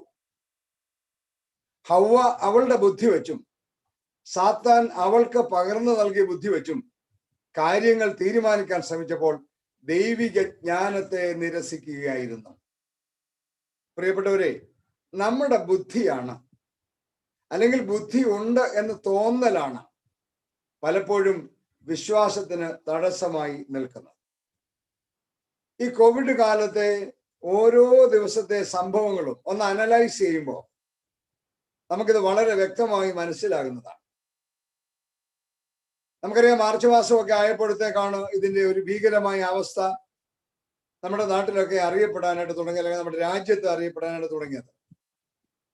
അപ്പോൾ നമ്മുടെ മെഡിക്കൽ സംഘവും മന്ത്രിമാരും പ്രധാനമന്ത്രിയും മുഖ്യമന്ത്രിയും എല്ലാം നമ്മളോട് പറഞ്ഞു 15 ദിവസത്തെ കാര്യമാണ്. 15 ദിവസം കഴിയുമ്പോഴത്തേക്ക് നമുക്ക് ഏകദേശം കാര്യങ്ങളൊക്കെ മനസ്സിലാവും, നമ്മുടെ കൺട്രോളിലാവും. അത് കഴിഞ്ഞ് പറഞ്ഞു 1 മാസം, അത് കഴിഞ്ഞ് പറഞ്ഞു 2 മാസം.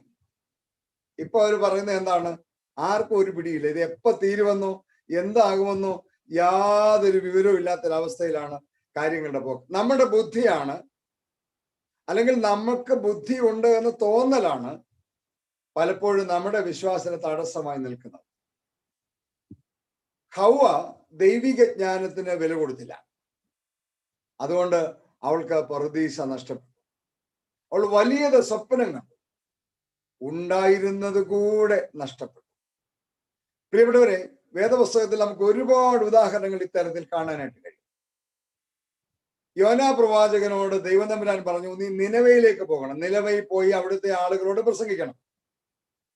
സ്വന്തം ബുദ്ധി യോനായോട് പറഞ്ഞു, നീ നിനവേക്കല്ല പോകേണ്ടത്, തർശീശിലാണ് പോകേണ്ടത്. ദൈവം പറഞ്ഞു നിനവേക്ക് പോകാൻ. യോന അവനോട് പറഞ്ഞു, അവന്റെ ബുദ്ധി പറഞ്ഞു, നീ തർശീശിലേക്ക് പോകാൻ. എന്താ സംഭവിച്ചത്? സ്വന്തം ബുദ്ധി നാശം വരുത്തി വെച്ചു. പുതിയ നിയമത്തിന്റെ ഉദാഹരണം പറയാം. പത്രോസ് എന്ന് പറയുന്ന മിടുമിടുക്കനായ മനുഷ്യൻ, ആ മനുഷ്യനോട് യേശു കർത്താവ് പറയുന്ന ഒരു വാചകമുണ്ട് ഗത്സമനെ തോട്ടത്തിൽ വെച്ച്, ഇന്ന് രാത്രി യഹൂദന്മാർ എന്നെ പിടിക്കും, അവരെന്നെ കൊല്ലും, 3 ദിവസം കഴിയുമ്പോൾ ഞാൻ ഉയർത്തെഴുന്നേൽക്കും, അപ്പോ നമുക്ക് ഗലീലയിൽ വെച്ച് കാണാം, നിങ്ങൾ എനിക്ക് മുമ്പായി അങ്ങ് ഗലീലയ്ക്ക് പോകുവിൻ എന്ന് പറയുന്നുണ്ട്. എന്നാൽ മത്തായി എഴുതിയ സുവിശേഷം 26-ാം അധ്യായം നമ്മൾ വായിക്കുമ്പോൾ പത്രോസ് ഇതനുസരിക്കാതെ അവന്റെ ബുദ്ധി വെച്ച് കാര്യങ്ങൾ ആലോചിച്ച് യേശുവിന്റെ പിന്നാലെ പോകുന്നതായിട്ട് നമുക്ക് കാണാം. ദൂരവേ അനുഗമിച്ചു എന്നാണ് എഴുതി വെച്ചിരിക്കുന്നത്. പത്രോസ് ബുദ്ധിമാനാണെന്ന് സ്വയം തോന്നിയത് കൊണ്ട് യേശു കർത്താവ് പറഞ്ഞ വിവേകത്തെക്കാൾ, ദൈവത്തിന്റെ ജ്ഞാനത്തെക്കാൾ വലിയത് തന്റെ ബുദ്ധിയാണ് എന്ന് അയാൾ വിചാരിച്ചു. അവൻ പുറകെ പോയി. സംഭവിച്ചത് എന്താണെന്ന് അറിയാമല്ലോ.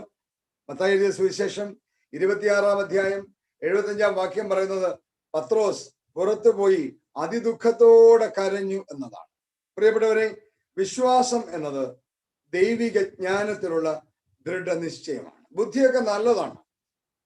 ഒരു വാചകം ഇങ്ങനെ കേട്ടിട്ടുണ്ടല്ലോ, intelligence is a good servant but a bad master.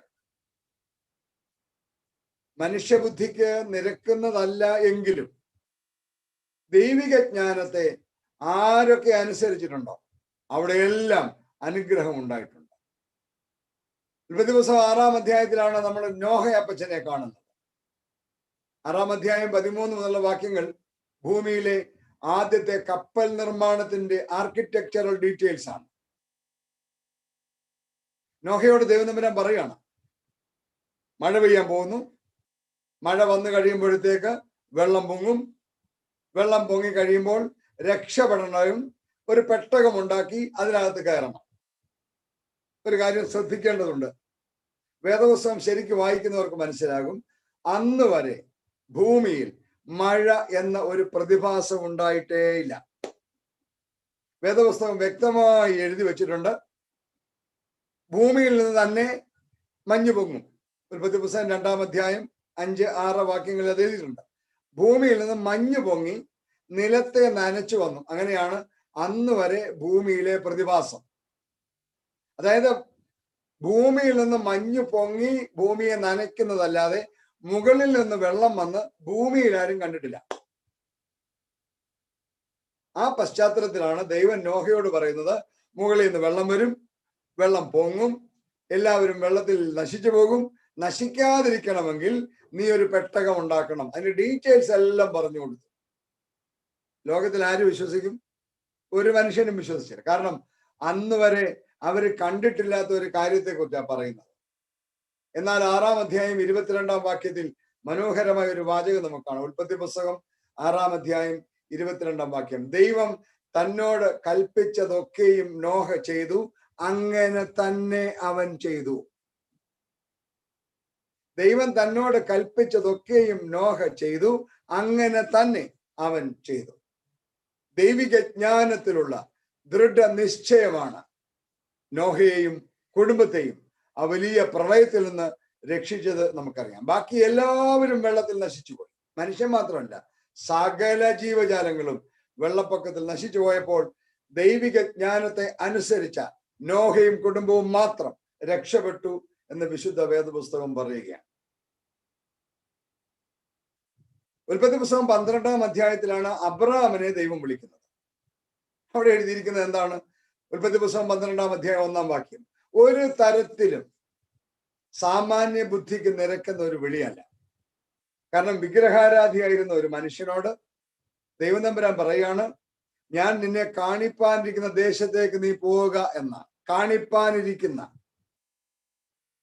യാതൊരു ഐഡിയയും ഇല്ലാത്ത, എങ്ങോട്ടാണ് പോകണമെന്ന് യാതൊരു നിശ്ചയമില്ലാത്ത, യാത്രയുടെ ഡീറ്റെയിൽസ് ഒന്നും ലഭ്യമല്ലാത്ത ഒരു വിളിയാണ് അബ്രാമിന്.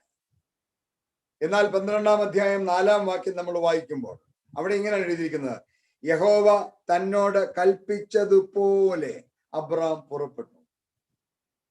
നോഹയെ കുറിച്ച് വായിച്ച എന്താണ്? ഉൽപ്പത്തി 6-ാം അധ്യായത്തിൽ യഹോവ തന്നോട് കൽപ്പിച്ചതുപോലെ നോഹ ചെയ്തു, അങ്ങനെ തന്നെ ചെയ്തു. ദൈവത്തിന്റെ ജ്ഞാനത്തിൽ ദൃഢനിശ്ചയമുണ്ടായിരുന്ന ആളാണ് നോഹ. 12-ാം അധ്യായത്തിൽ അബ്രാമിനെ കുറിച്ച് പറഞ്ഞു, യഹോവ തന്നോട് കൽപ്പിച്ചതുപോലെ അബ്രാം പുറപ്പെട്ടു. ദൈവിക ജ്ഞാനത്തിൽ അബ്രഹാം വിശ്വസിച്ചു. പുതിയ നിയമത്തിൽ ഒരു ഉദാഹരണം പറയാം. കാനാവിലെ കല്യാണം. യോഹന്നാൻ എഴുതിയ സുവിശേഷം 2-ാം അധ്യായത്തിൽ നമ്മൾ വായിക്കുന്ന മനോഹരമായ ഒരു വേദഭാഗമാണല്ലോ. യേശുവിന്റെ ആദ്യത്തെ അത്ഭുത പ്രവൃത്തിയാണ് എന്ന് വിശുദ്ധ വേദപുസ്തകത്തിനെ പറഞ്ഞു വെച്ചിട്ടുണ്ട്. അവിടെ വീഞ്ഞു തീർന്നു പോയി. ഇതൊന്നും വിശദീകരിക്കേണ്ട കാര്യമില്ലല്ലോ ആളുകളോട്. എന്നാൽ അവിടെ നടക്കുന്ന സംഭവം എന്താണ്? യേശുവിന്റെ അമ്മ വന്ന് ജോലിക്കാരോട് ചില നിർദ്ദേശങ്ങൾ കൊടുക്കുന്നു. അത് കഴിയുമ്പോൾ യേശു അവിടെ നിന്ന് ജോലിക്കാരോട് പറയാണ്, നിങ്ങൾ ഈ കൽപാത്രങ്ങളിൽ വെള്ളം നിറപ്പിൻ. ഒരു കല്യാണ സദ്യ നടന്നുകൊണ്ടിരിക്കുന്നു, പകുതിയിലധികം കഴിഞ്ഞിരിക്കുന്നു. അവിടെ പ്രധാനമായ ഒരു ഐറ്റം തീർന്നു പോകുന്നു. മനുഷ്യൻ മുഴുവൻ വേവലാതിയോടെ അങ്ങോട്ടും ഇങ്ങോട്ടും ഓടുന്നു. യേശുവിന്റെ അമ്മ വരെ വേവലാതിയോടെ അങ്ങോട്ടും ഇങ്ങോട്ടും ഓടുന്നു. അപ്പോൾ യേശു അവിടെ നിന്ന് ജോലിക്കാരോട് പറയാണ്, നിങ്ങൾ വെള്ളം കോരി നിറപ്പിൻ. ഭൂമിയിൽ ആരാ ചെയ്യുക? യോഹന്നാൻ എഴുതിയ സുവിശേഷം 2-ാം അധ്യായം 7-8 വാക്യങ്ങൾ നമ്മൾ വായിക്കുമ്പോൾ അവിടെ ഇങ്ങനെയാണ് കാണുന്നത്, അവർ വക്കോളവും നിറച്ചു, അത് കൊണ്ടുപോയി വിരുന്നുവാഴിക്ക് കൊടുത്തു എന്നാണ്. എന്തോ ഒരു ധൈര്യമാണ് ഈ മനുഷ്യർക്ക്. വീഞ്ഞ് പോരാതെ വരുന്നതിന്റെ പ്രാരാബ്ധത്തിൽ, നാണക്കേടിൽ, ആ വീട് മുഴുവൻ നമ്മുടെ ഭാഷയെ പറഞ്ഞാൽ ടെൻഷനിൽ നിൽക്കുമ്പോൾ പച്ചവെള്ളം കോരിക്കൊണ്ട് അവിടെ കൊണ്ട് കൊടുക്കാനുള്ള ഈ ജോലിക്കാരുടെ തൻ്റെ ഇടത്തെ നമ്മൾ എന്താ വിളിക്കുക? അതാണ് ഫെയ്ത്ത്. യേശുവിന്റെ ജ്ഞാനത്തിൽ, ദൈവത്തിന്റെ ജ്ഞാനത്തിൽ അടിയുറച്ച വിശ്വാസത്തോടെ ആ ജോലിക്കാരെ ചെയ്തു. എന്തൊരത്ഭുതമാണ് അവിടെ നടന്നത്. അവിടെ ചോദിക്കുന്ന ചോദ്യങ്ങൾ നമ്മളോട് പറഞ്ഞു. ഇതുവരെ കൊടുത്തതിനേക്കാൾ ഏറ്റവും ബെസ്റ്റ് ക്വാളിറ്റി വൈൻ അവിടെ സെർവ് ചെയ്യാനായി ഈ അനുസരണം പ്രയോജനപ്പെട്ടു എന്ന് നമ്മൾ വായിക്കുന്നു. ലൂക്കോസ് എഴുതിയ സുവിശേഷത്തിൽ 7-ാം അധ്യായത്തിൽ ഒരു പുറജാതിക്കാരനായ പട്ടാള മേധാവിയെ കുറിച്ച് നമ്മൾ വായിക്കുന്നുണ്ട്. ശതാധിപൻ അയാളുടെ ജോലിക്കാരന്റെ ഒരു ആവശ്യവുമായി യേശുവിനെ സമീപിക്കുകയാണ്. അവന്റെ കൂട്ടുകാരെയാണ് യേശുവിന്റെ അടുത്ത് പറഞ്ഞു വിടുന്നത്. എന്റെ വീട്ടിനകത്ത് വരാനുള്ള യോഗ്യത എനിക്കില്ല. അദ്ദേഹം പറഞ്ഞ അടുത്ത വാചകം എന്താണ്? നീ ഒരു വാക്ക് കൽപ്പിച്ചാൽ എന്റെ ബാല്യക്കാരന് സൗഖ്യം വരും. യേശു കർത്താവിന്റെ ജ്ഞാനത്തെ കുറിച്ചുള്ള ആ മനുഷ്യന്റെ കോൺഫിഡൻസ് ആണ് ആ വാക്കുകളിലൂടെ വെളിവാക്കുന്നത്. നീ ഒരു വാക്ക് കൽപ്പിച്ചാൽ എന്റെ ബാല്യക്കാരന് സൗഖ്യം വരും. പ്രിയപ്പെട്ടവരെ, ഇന്ന് ദൈവിക പരിജ്ഞാനത്തെക്കാൾ സ്വന്തം ബുദ്ധിക്ക് വില കൽപ്പിക്കുന്ന ഒരു ലോകത്തിലാണ് നമ്മൾ ജീവിക്കുന്നത്. ഞാൻ ഒരു ചോദ്യം ആത്മാർത്ഥമായിട്ട് ചോദിക്കും. നമ്മളെല്ലാം വലിയ ബുദ്ധിമാന്മാരാണെന്നും വലിയ മിടുക്കന്മാരാണെന്നും ഒക്കെ തോന്നൽ നമ്മുടെ ചിലർക്കെങ്കിലും നമ്മുടെ ജീവിതത്തിലില്ലേ? കൊരിന്ത്യർക്ക് 1-ാം ലേഖനം 8-ാം അധ്യായം 2-ാം വാക്യം, ലോകം കണ്ടതിൽ വെച്ച് മഹാപണ്ഡിതനായിരുന്ന പൗലോസ് പറയുകയാണ്, ഫസ്റ്റ് കൊരിന്ത്യൻസ് 8:2, താൻ വല്ലതും അറിയുന്നു എന്ന് ഒരുത്തന് തോന്നുന്നുവെങ്കിൽ അറിയേണ്ടതുപോലെ അവൻ ഇന്ന് വരെ ഒന്നും അറിഞ്ഞിട്ടില്ല. റോമാലേഖനം 11-ാം അധ്യായം 33-ാം വാക്യത്തിൽ പൗലോസ് പറയാണ്, ഹാ ദൈവത്തിന്റെ ധനം, ജ്ഞാനം, അറിവ് എന്നിവയുടെ ആഴമേ എന്നാണ്. 34-ാം വാക്യത്തിൽ പൗലോസ് തുടരുകയാണ്, കർത്താവിന്റെ മനസ്സറിഞ്ഞവൻ ആരാണ്? അവന് മന്ത്രിയായിരുന്നവൻ ആരാണ്? പക്ഷെ ഇന്ന് ഭക്തർ എന്ന് പറയുന്ന ചിലരുടെ അഹങ്കാരം കണ്ടാൽ ദൈവം അവരുടെ മന്ത്രിയോ ദാസനോ ആണെന്ന് തോന്നിപ്പോകും. കാരണം വലിയ ബുദ്ധിമാന്മാരാണ്, വലിയ മിടുക്കന്മാരാണ്. ദൈവം തമ്പുരാൻ പോലും അവരുടെ ദാസനാണ്. അവര് പറയുന്ന പോലാണ് ദൈവം പ്രവർത്തിക്കുന്നതെന്ന് കരുതുന്ന മോഡേൺ ഭക്തര് ഒരുപാട് പേരുണ്ട്. ലോകം കണ്ട ഏറ്റവും ബുദ്ധിമാനായ ശലോമോൻ പറയുന്നു, സദൃശവാക്യങ്ങൾ 3-ാം അധ്യായം 5-ാം വാക്യത്തിൽ, trust in the Lord with all your heart, do not depend on your own understanding. പൂർണ്ണ ഹൃദയത്തോടെ യഹോവയിൽ ആശ്രയിക്കുക, സ്വന്തം വിവേകത്തിൽ ഊന്നരുത്. പ്രിയപ്പെട്ടവരെ, faith is a total confidence in God's wisdom. വിശ്വാസം എന്നത് ദൈവിക ജ്ഞാനത്തിലുള്ള ദൃഢ നിശ്ചയമാണ്. എന്നേക്കാൾ എൻ്റെ ദൈവം ബുദ്ധിമാനാണ്.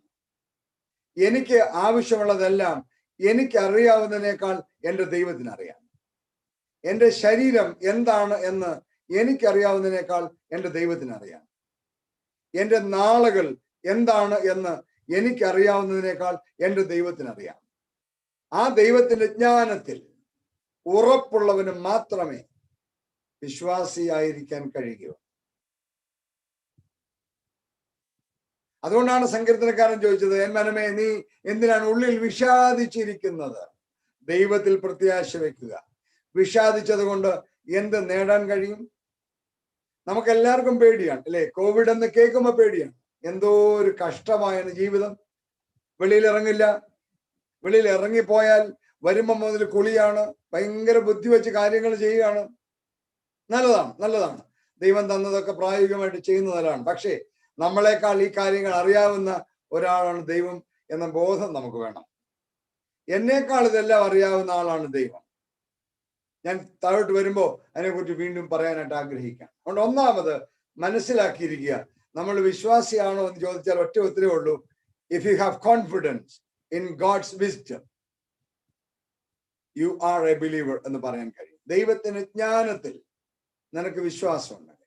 ഈ ലോകത്തെ ചമച്ചവൻ, ഈ പ്രപഞ്ചത്തെ നിർമ്മിച്ചവൻ, ഈ പ്രപഞ്ചത്തെ നിയന്ത്രിക്കുന്നവൻ എന്നേക്കാൾ ജ്ഞാനമുള്ളവനാണ്. ഈ ലോകത്തിൽ ഈ ആരെക്കാൾ ജ്ഞാനമുള്ളവനാണ്.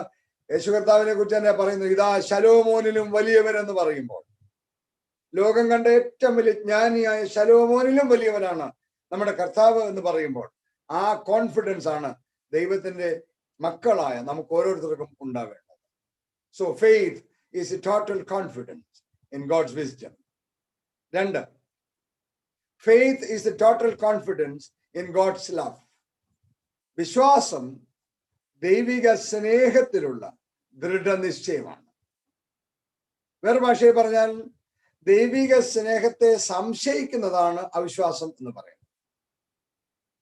ഞാൻ ഇങ്ങനെ ഓർക്കുകയായിരുന്നു, ദൈവിക സ്നേഹത്തെ കുറിച്ച് സംശയമില്ലായിരുന്നുവെങ്കിൽ സാത്താനോട് ഹവ്വ പറഞ്ഞേനെ, നോക്ക് സാത്താനെ, ആ ഫലം തിന്നരുത് എന്ന് ദൈവം പറഞ്ഞത് എന്തുകൊണ്ടാണ് എന്ന് എനിക്ക് നിശ്ചയമില്ല. ഞങ്ങൾക്ക് അത് ആവശ്യമുള്ളതായിരുന്നുവെങ്കിൽ സ്നേഹമുള്ള ഞങ്ങളുടെ പിതാവായ ദൈവം ഞങ്ങളോട് അത് അരുത് എന്ന് പറയില്ലായിരുന്നു. അങ്ങനെ ഹവ്വ പറഞ്ഞിരുന്നു എങ്കിൽ അതൊരു വലിയ വിശ്വാസ പ്രഖ്യാപനമായിരുന്നു. പക്ഷേ അവൾ ദൈവത്തിന്റെ സ്നേഹത്തെ അവിശ്വസിച്ചു. സാത്താൻ വന്ന് പറഞ്ഞു, നിങ്ങളിത് കഴിച്ചാൽ നിങ്ങൾ ദൈവത്തെ പോലെയാകുമെന്ന് ദൈവം അറിയുന്നത് കൊണ്ടാണ് നിങ്ങൾക്ക് ഈ ഗിഫ്റ്റ് കിട്ടാതിരിക്കാൻ വേണ്ടിയാണ് നിങ്ങളോട് ഇത് തിന്നരുത് എന്ന് പറഞ്ഞതെന്ന് പറഞ്ഞപ്പോൾ ആ ദൈവത്തിന്റെ സ്നേഹത്തെ അവിശ്വസിച്ചു ഹവ്വ. അല്ലായിരുന്നുവെങ്കിൽ ഹവ്വ പറഞ്ഞു, ഞങ്ങൾക്ക് ആവശ്യമുള്ളതായിരുന്നെങ്കിൽ സ്നേഹവാനായ ദൈവം, സ്നേഹമുള്ള ഞങ്ങളുടെ പിതാവായ ദൈവം ഞങ്ങളോട് അരുത് എന്ന് പറയില്ലായിരുന്നു എന്ന് പറഞ്ഞു. പ്രിയപ്പെട്ടവരെ, അരുത് എന്ന വിലക്കിന് മുമ്പിലുള്ള നമ്മുടെ പ്രതികരണം നമ്മുടെ വിശ്വാസത്തെ ടെസ്റ്റ് ചെയ്യുന്ന അവസരങ്ങളാണ്. ജീവിതത്തിലെ ഏത് അനുഭവത്തിലും ദൈവ സ്നേഹത്തെ സംശയിക്കരുത്. അതാണ് വിശ്വാസം. പറയാൻ എളുപ്പം അല്ലേ? ജീവിതത്തിലെ ഏത് അനുഭവത്തിലും ദൈവ സ്നേഹത്തെ സംശയിക്കരുത്. നമുക്ക് ഉൽപ്പത്തി പുസ്തകം 22-ാം അധ്യായത്തിലേക്ക് പോകാം. തന്റെ മകൻ ഇസഹാക്കിനെ ബലി കഴിക്കാൻ പുറപ്പെട്ട അബ്രഹാമിനോട് ഇസഹാക്ക് ചോദിക്കുന്ന ഹൃദയം നുറുങ്ങുന്ന ഒരു ചോദ്യമുണ്ട്. ഉൽപ്പത്തി പുസ്തകം 22-ാം അധ്യായം 7-8 വാക്യങ്ങൾ നമ്മൾ വായിക്കുമ്പോൾ കാണാം. അവിടെ ഇസഹാക്ക് അബ്രഹാമിനോട് ചോദിക്കാൻ ഒരു കാര്യം ഓർക്കണം. 25 വർഷം ദൈവത്തിന്റെ വാഗ്ദാനം കാത്തിരുന്ന അവസാനം കിട്ടിയ സന്തതിയാണ് ഇസഹാക്ക്. 25 വർഷം, 75-ാമത്തെ വയസ്സിൽ കൊടുക്കാമെന്ന് പറഞ്ഞ് 100-ാമത്തെ വയസ്സിൽ കിട്ടിയ ഒരു സന്തതിയാണ്. അവനെ കൊണ്ടുപോയി യാഗം കഴിക്കാൻ ദൈവം പറയുമ്പോൾ ഒരു മടിയും കൂടാതെ അബ്രഹാം അവനുമായി മോറിയാമലയിലേക്ക് പോവുകയാണ്. മോറിയാമലയിലേക്കുള്ള യാത്രാമധ്യേ ഇസഹാക്ക് ചോദിക്കുന്ന ചോദ്യമാണ് ഉൽപ്പത്തി പുസ്തകം 22-ാം അധ്യായം 7-8 വാക്യങ്ങൾ രേഖപ്പെടുത്തിയിരിക്കുന്നത്. അപ്പാ, തീയുണ്ട്, വിറകുണ്ട്, ഹോമയാഗത്തിനുള്ള ആട്ടിൻകുട്ടി എവിടെയാണ്? അബ്രഹാം എന്ന് പറയുന്ന പിതാവ് പറയുന്ന മറുപടി ശ്രദ്ധേയമാണ്. God will provide. ദൈവം കരുതിക്കൊള്ളും. ദൈവത്തിന്റെ സ്നേഹത്തെ ആശേഷം സംശയിക്കാതിരുന്ന ഒരു മനുഷ്യനാണ്. ഭൂമിയിൽ ആരാണെങ്കിലും, ഈ ഞാനാണെങ്കിലും കേൾക്കുന്ന നിങ്ങളാണെങ്കിലും ചോദിച്ചേനേം, 25 വർഷം ഞാൻ കാത്തിരുന്ന് പ്രാർത്ഥിച്ച് എനിക്ക് കിട്ടിയ ഈ സന്തതിയെ കൊണ്ടുപോയി യാഗം കഴിക്കണം എന്ന് എന്നോട് പറയുന്ന ദൈവം സത്യത്തിൽ സ്നേഹമുള്ള ദൈവമാണോ? പക്ഷെ അബ്രഹാം ദൈവത്തിന്റെ സ്നേഹത്തെ അവിശ്വസിച്ചില്ല. മകനോട് അപ്പൻ പറയുകയാണ്, ദൈവം കരുതിക്കൊള്ളും. സ്നേഹമുള്ള ദൈവം, ആ ദൈവം വേണ്ടത് കരുതിക്കൊള്ളും. ജോസഫ് എന്ന് പറയുന്ന ചെറുപ്പക്കാരനെ നമുക്കറിയാം. സ്വന്തം സഹോദരന്മാരാൽ ഉപദ്രവിക്കപ്പെട്ട് പൊട്ടക്കുഴിയിൽ പിടിച്ചിടപ്പെട്ട് ഇസ്മായിലിലെ കച്ചവടക്കാർക്ക് വിറ്റ് മിസ്രൈമിൽ എത്തിച്ചേരുന്ന ഒരു ചെറുപ്പക്കാരൻ. മിസ്രൈമിൽ പോത്തീഫറിന്റെ ഭവനത്തിൽ നിന്ന് വെച്ച് ഉണ്ടായ ഒരു ദുരനുഭവത്തെ തുടർന്ന് ജയിലിൽ അടയ്ക്കപ്പെട്ട മനുഷ്യൻ. എന്നാൽ അവിടെ നിന്നും ദൈവം തമ്പുരാൻ അവനെ ഉയർത്തി. അവന്റെ ഇന്റഗ്രിറ്റി കാരണം ദൈവം തമ്പുരാൻ അവനെ ഉയർത്തി ഭറവോ കഴിഞ്ഞാൽ ഏറ്റവും പ്രധാനപ്പെട്ട ഒരു സ്ഥാനത്ത് എത്തിച്ചു എന്ന് നമുക്കറിയാം. അവിടെ ഭറവോ ജോസഫിനെ കുറിച്ച് തൻ്റെ ദാസന്മാരോട് ചോദിക്കുന്ന ഒരു ചോദ്യമുണ്ട്. ദൈവാത്മാവുള്ള ഈ മനുഷ്യനെ പോലെ ഒരാളെ കണ്ടുകിട്ടുമോ എന്നാണ് ഭറവോയുടെ ചോദ്യം. ഭറവോ തന്റെ ദാസന്മാരോട് ചോദിക്കാൻ, ദൈവാത്മാവുള്ള ഈ മനുഷ്യനെ പോലെ ഒരാളെ കണ്ടുകിട്ടുമോ? വേദപുസ്തകത്തിലെ ഏറ്റവും വലിയ ത്യാഗിവര്യനാണ് ഇയ്യോബ്. സാമ്പത്തിക പരാജയം, മക്കളുടെ മരണം, അതികഠിനമായ രോഗം എന്നിവയുടെ മധ്യത്തിൽ പ്രകടിപ്പിച്ച വിശ്വാസ പ്രകടനങ്ങൾ സമാനതകളില്ലാത്തതാണ്. തന്റെ സമ്പത്ത് മുഴുവൻ നഷ്ടപ്പെട്ടു, തന്റെ മക്കളെല്ലാം മരിച്ചുപോയി, തന്റെ ശരീരം മുഴുവൻ വല്ലാത്ത വ്രണങ്ങളാൽ ബാധിച്ചു. യോബ് പറയുന്ന മനോഹരമായ വാക്യമാണ് ഇയ്യോബിന്റെ പുസ്തകം 1-ാം അധ്യായം 21-ാം വാക്യം. യഹോവ തന്നു, യഹോവ എടുത്തു, യഹോവയുടെ നാമം വാഴ്ത്തപ്പെടുമാറാകട്ടെ. ആ മനുഷ്യന്റെ അവസ്ഥ കണ്ട് ഭ്രാന്ത് പിടിച്ച ഭാര്യ പറയുന്ന വാക്കുകൾ 2-ാം അധ്യായം 9-ാം വാക്യത്തിൽ രേഖപ്പെടുത്തിയിരിക്കുന്നു. ദൈവത്തെ ത്യജിച്ച് പറഞ്ഞ് മരിച്ചു കളക എന്നാണ് യോബിനോട് പറയുന്നത്. നമ്മുടെ നാടൻ ഭാഷയിൽ പറയുന്ന ഭാഷ തനിക്ക് പോയി മരിച്ചുകൂടെ എന്ന് ചോദിക്കുകയാണ് ഇയ്യോബിനോട് ഭാര്യ. എന്നാൽ 2-ാം അധ്യായം 10-ാം വാക്യത്തിൽ ഇയ്യോബ് പറയുന്നൊരു മറുപടി ഉണ്ട്. നീ ഒരു പൊട്ടി സംസാരിക്കുന്നത് പോലെ സംസാരിക്കുന്നു. നാം ദൈവത്തിന്റെ കയ്യിൽ നിന്ന് നന്മ കൈക്കൊള്ളുന്നു, തിന്മയും കൈക്കൊള്ളരുതോ? ദൈവം സ്നേഹമുള്ളവനാണ് എന്ന് നമ്മൾ സംശയിക്കുന്ന രംഗങ്ങളാണ് നമ്മുടെ ജീവിതത്തിലെ ദുഃഖാനുഭവങ്ങൾ. വിശ്വാസി എന്ന് പറയുന്നവൻ പലപ്പോഴും പതറിപ്പോകുന്ന രംഗമാണ് ജീവിതത്തിലെ രോഗവും ദുഃഖവും ദുരിതവും. അന്നേരം ദൈവത്തിന്റെ സ്നേഹത്തെ സംശയിക്കുന്നവൻ വിശ്വാസി അല്ല. സാധു കൊച്ചുകുഞ്ഞുപദേശിയുടെ അനുഭവങ്ങൾ നമുക്കറിയാം. മനോഹരങ്ങളായ പാട്ടുകളാണ് അദ്ദേഹം എഴുതുന്നത്. അദ്ദേഹത്തിന്റെ പൊന്നോമന മകൻ മരിച്ചു കിടക്കുമ്പോൾ അദ്ദേഹം എഴുതിയ പാട്ടാണ് ദുഃഖത്തിന്റെ പാനപാത്രം കർത്താവിന്റെ കയ്യിൽ തന്നാൽ ഞാനത് സന്തോഷത്തോടെ വാങ്ങി പാനം ചെയ്യും എന്ന് പറയുന്നത്. എല്ലാ ദുരിതങ്ങളുടെയും നടുവിൽ സാധു കൊച്ചുകുഞ്ഞുപദേശി പറയാണ്, ദോഷമായിട്ടൊന്നും എന്റെ താതൻ എന്നോട് ചെയ്യുകയില്ല എന്ന്. പ്രിയപ്പെട്ടവരെ, എന്നാൽ ആധുനിക പിശാചുക്കൾ ദുഃഖം അനുഭവിക്കുന്നതിന് ചുറ്റും കഴുകന്മാരെ പോലെ ചുറ്റിക്കറങ്ങി രോഗസൗഖ്യവും ശാപമുക്തിയും സാമ്പത്തിക അനുഗ്രഹവും ഓഫർ ചെയ്ത് പാവങ്ങളെ വഴിതെറ്റിക്കുകയാണ്. കൊരിന്ത്യർക്കെഴുതിയ 1-ാം ലേഖനം 10-ാം അധ്യായം 13-ാം വാക്യത്തിൽ പൗലോസ് പറയുന്നുണ്ട്, നിങ്ങൾക്ക് കഴിയുന്നതിന് മീതെ പരീക്ഷ നേരിടുവാൻ സമ്മതിക്കാതെ നിങ്ങൾക്ക് സഹിപ്പാൻ കഴിയേണ്ടതിന് പരീക്ഷയോടുകൂടെ അവൻ പോക്കുവഴിയും ഉണ്ടാക്കും എന്ന്. ഈ അടുത്ത കാലത്ത് ഇറങ്ങിയതിലെ മനോഹരമായ ഒരു പാട്ടുണ്ട്. എനിക്ക് വലിയ ഇഷ്ടമുള്ള ഒരു പാട്ടാണ്. ഞാൻ പല സ്ഥലത്തും ഇത് പറഞ്ഞിട്ടുണ്ട്. പരീക്ഷ എൻ്റെ ദൈവം അനുവദിച്ചാൽ പരിഹാരം എനിക്കായി കരുതിയിട്ടുണ്ട്. എന്തിനെന്ന് ചോദിക്കില്ല ഞാൻ, എന്റെ നന്മയ്ക്കായെന്ന് അറിയുന്നു ഞാൻ. നമ്മളെല്ലാം പാടുന്ന പാട്ടാണ്. But do you really believe in that? എന്റെ ജീവിതത്തിൽ പരീക്ഷകൾ ഉണ്ടായ, എന്റെ ജീവിതത്തിൽ പ്രശ്നങ്ങൾ ഉണ്ടായ, അതെന്തിനാണ് എന്ന് ഞാൻ ചോദിക്കുകയില്ല. കാരണം ദൈവം എന്റെ നന്മയ്ക്കായിട്ട് മാത്രമേ ചെയ്യൂ എന്ന് എനിക്ക് ഉറപ്പുണ്ട്. അതാണ് ദൈവ സ്നേഹത്തിൽ വിശ്വാസമുള്ള ഒരാളിന്റെ പ്രത്യേകത. എബ്രായ ലേഖന കർത്താവ് 12-ാം അധ്യായം 5-ാം വാക്യത്തിൽ പറയുന്നുണ്ട്, മകനെ, കർത്താവിന്റെ ശിക്ഷ നിരസിക്കരുത്. കർത്താവ് താൻ സ്നേഹിക്കുന്നവനെ ശിക്ഷിക്കുന്നു. എല്ലാവരും പ്രാപിക്കുന്ന ബാലശിക്ഷ കൂടാതിരിക്കുന്നുവെങ്കിൽ നിങ്ങൾ മക്കളല്ല, കൗലടയന്മാരത്രേ. യു ആർ ഇല്ലെജിറ്റിമേറ്റ് ചിൽഡ്രൻ എന്നാണ്. അവനോ, അതായത് ദൈവമോ, നാം അവന്റെ വിശുദ്ധി പ്രാപിക്കേണ്ടതിന് നമ്മുടെ ഗുണത്തിനായി തന്നെ ശിക്ഷിക്കുന്നത്. പ്രിയപ്പെട്ടവരെ, നമ്മുടെ ജീവിത പ്രശ്നങ്ങളിൽ ദൈവം നമ്മെ സ്നേഹിക്കുന്നില്ല എന്ന് ചിന്തിക്കുന്നുവോ? സത്യത്തിൽ പ്രശ്നങ്ങളുടെ നടുവിലാണ് കൂടുതൽ സ്നേഹം എന്ന് തിരിച്ചറിയുക. എബ്രായ ലേഖന കർത്താവ് ചോദിക്കുന്നത്, നമ്മുടെ ലൗകിക പിതാക്കന്മാരെക്കാൾ ആത്മാക്കളുടെ പിതാവിന് ഏറ്റവും അധികമായി നാം കീഴടങ്ങി ജീവിക്കേണ്ടതല്ലയോ എന്നാണ്. ദൈവത്തിന്റെ സ്നേഹത്തെ നമ്മൾ സംശയിക്കാറുണ്ടോ? നമ്മുടെ ജീവിതത്തിൽ പ്രതിസന്ധി വരുമ്പോൾ, നമ്മുടെ ജീവിതത്തിൽ ഒരു ജോലിയുടെ പ്രശ്നം വരുമ്പോൾ, നമ്മുടെ ജീവിതത്തിൽ ഒരു രോഗത്തിന്റെ പ്രശ്നം വരുമ്പോൾ, നമ്മുടെ ജീവിതത്തിൽ ഒരു സാമ്പത്തിക പ്രശ്നം വരുമ്പോൾ ദൈവസ്നേഹത്തെ സംശയിക്കുന്നവരല്ലേ നമ്മൾ? Faith is the total confidence in God's love.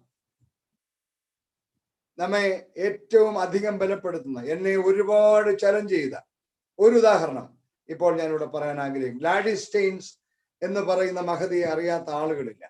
Australian missionary ആയിരുന്ന ഗ്രാം സ്റ്റെയിൻസിന്റെ ഭാര്യയാണ് ഗ്ലാഡിസ് സ്റ്റെയിൻസ്.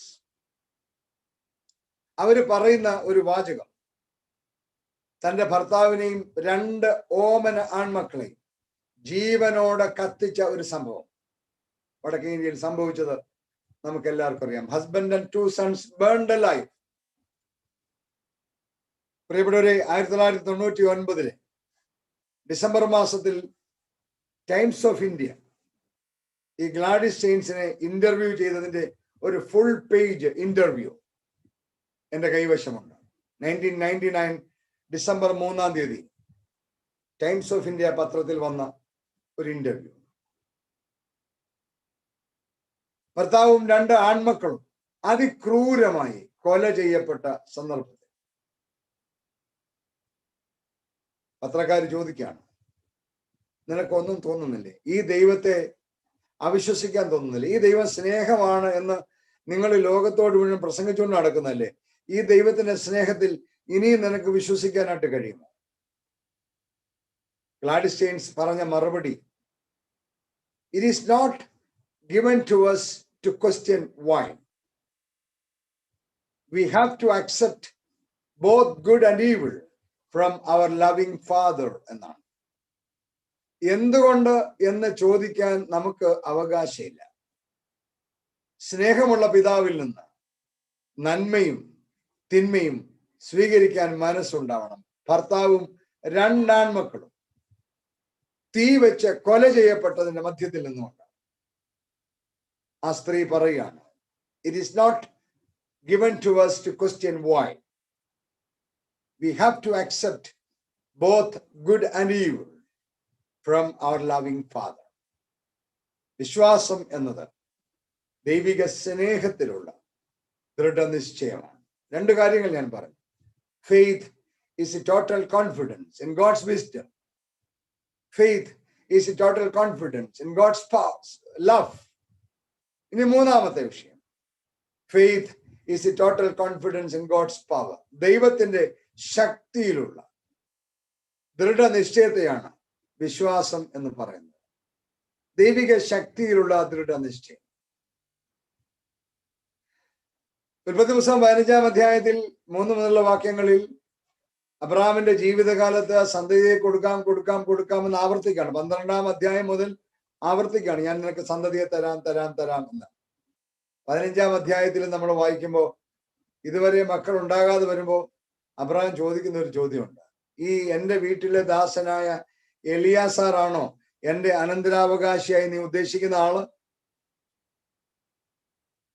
ദൈവം അബ്രഹാമിനെ തന്റെ കൂടാരത്തിൽ നിന്ന് വിളിച്ച് വെളിയിൽ കൊണ്ടുവന്നു. പുറത്തു കൊണ്ടുവന്നിട്ട് ലോകപ്രകാരം ആശ നശിച്ച പടുവൃദ്ധനോട് പറയുകയാണ്, നീ ആകാശത്തേക്ക് നോക്കുക, നക്ഷത്രങ്ങളെ എണ്ണുവാൻ കഴിയുമെങ്കിൽ എണ്ണുക, നിന്റെ സന്തതി ഇങ്ങനെയാകും എന്ന് പറഞ്ഞു. 75-ാമത്തെ വയസ്സ് മുതൽ വാഗ്ദത്ത സന്തതിയെ കാത്തിരിക്കുന്ന വല്യപ്പനോട് വീടിന്റെ മുറ്റത്തിറങ്ങി ആകാശത്തേക്ക് നോക്ക്, ഈ കാണുന്ന നക്ഷത്രം പോലെ ഞാൻ നിനക്ക് മക്കളെ തരാം എന്ന് പറഞ്ഞാൽ നമ്മളായിരുന്നു എന്നാ പറഞ്ഞതിന്, നിനക്ക് ഈ നക്ഷത്രങ്ങളെ എണ്ണാമെങ്കിൽ എണ്ണ, നിന്റെ സന്തതി ഇതുപോലെയാകും എന്ന് അബ്രഹാമിനോട് പറയാണ്. Abraham believed in God's power. ദൈവത്തിന് ശക്തിയുള്ളവനാണ് എന്ന് അബ്രഹാം ആ ദൈവത്തിൽ വിശ്വസിക്കുകയാണ്. വാക്യം 6, അവൻ യഹോവയിൽ വിശ്വസിച്ചു എന്നാണ്. ഭയങ്കരാണ് പ്രിയപ്പെട്ടവരെ. ഇതാണ് വിശ്വാസം. പടുവൃദ്ധനായ മനുഷ്യനോട്, ലോകപ്രകാരം സകല പോസിബിലിറ്റീസും നശിച്ച മനുഷ്യനോട് ദൈവം ഈ പ്രോമിസ് ചെയ്യുമ്പോൾ വേദപുസ്തകത്തിൽ എഴുതി വച്ചിരിക്കുന്നു, ഉൽപ്പത്തി 15:6, അവൻ യഹോവയിൽ വിശ്വസിച്ചു. That is what is faith. പൗലോസ് അതിനെ മനോഹരമായി എഴുതിയിട്ടുണ്ട്. റോമാലേഖനം 4-ാം അധ്യായം 18 മുതലുള്ള വാക്യങ്ങളിൽ, നിന്റെ സന്തതി ഇവണ്ണമാകുമെന്ന് അരുളി ചെയ്തിരിക്കുന്നത് പോലെ താൻ ബഹുജാതികൾക്ക് പിതാവാകും എന്നവൻ ആശയ്ക്ക് വിരോധമായി ആശയോടെ വിശ്വസിച്ചു. അവൻ ഏകദേശം 100 വയസ്സുള്ളവനാകിയാൽ തന്റെ ശരീരം നിർജീവമായി പോയത് സാറായുടെ ഗർഭപാത്രത്തിൽ നിർജീവത്വവും ഗ്രഹിച്ചിട്ടും വിശ്വാസത്തിൽ ക്ഷീണിച്ചില്ല. ദൈവത്തിന്റെ വാഗ്ദത്തത്തിൽ അവിശ്വാസത്താൽ സംശയിക്കാതെ വിശ്വാസത്തിൽ ശക്തിപ്പെട്ട ദൈവത്തിന് മഹത്വം കൊടുത്തു. അവൻ വാഗ്ദത്തം ചെയ്തത് പ്രവർത്തിപ്പാൻ ശക്തൻ എന്ന് പൂർണ്ണമായി വിശ്വസിച്ചു. പുറപ്പാട് പുസ്തകം 2-ാം അധ്യായം 11 മുതലുള്ള വാക്യങ്ങൾ. രാജകൊട്ടാരത്തിൽ 40 വർഷം വളർന്ന മോശ ഫറവോയെ പേടിച്ച് മിദ്യാനിലേക്ക് ഓടിപ്പോവുകയാണ്. മിദ്യാനിലെത്തുന്ന മോശ യിത്രോവിന്റെ ആടുകളെ നോക്കുകയും അവന്റെ മരുമകനാവുകയും ചെയ്യുന്ന വിവരണമാണ് പുറപ്പാട് പുസ്തകം 2-ാം അധ്യായത്തിന്റെ ബാക്കി വിവരണം. 3-ാം അധ്യായത്തിൽ മോശ ഹോരേബ് പർവ്വതത്തിൽ വെച്ച് ദൈവത്തെ കണ്ടുമുട്ടുകയാണ്. ഫറവോയെ പേടിച്ച് ഓടിപ്പോയ മോശയാണ്. ആ മോശ ദൈവത്തെ കണ്ടുമുട്ടുകയാണ് ഹോരേബിൽ വെച്ച്. പുറപ്പാട് പുസ്തകം 7-ാം അധ്യായത്തിലേക്ക് നമ്മൾ വരുമ്പോൾ ഈ ഫറവോയുടെ മുമ്പിലേക്ക് ഇസ്രായേലിന്റെ വിമോചനത്തിനായി മടങ്ങി വരുന്ന മോശയാണ് നാം കാണുന്നത്. ദൈവത്തിന്റെ ശക്തിയിൽ വിശ്വാസമില്ലായിരുന്നു എങ്കിൽ മോശ അങ്ങനെ ചെയ്യുമായിരുന്നു? ഒരിക്കലുമില്ല. രാജാക്കന്മാരുടെ 1-ാം പുസ്തകം 18-ാം അധ്യായം ഇസ്രായേലിന്റെ ചരിത്രത്തിലെ ഒരു ത്രില്ലർ സ്റ്റോറിയാണ്. 1 രാജാക്കന്മാർ 18-ാം അധ്യായം അതിന് 18-ാമത്തെ വാക്യം മുതൽ ഏലിയാവ് അഹാബ് രാജാവിനോട് പറയാണ്, ഇസ്രായേലിനെ കഷ്ടപ്പെടുന്നത് ഞാനല്ല, നീയും നിന്റെ പിതൃഭവനുമാണ്. തുടർന്ന് രാജാവിനെ വെല്ലുവിളിക്കുകയാണ് 19-ാമത്തെ വാക്യം. അവിടെ പറയുന്ന മനോഹരമായ സംഭവം, 1 Kings chapter 18.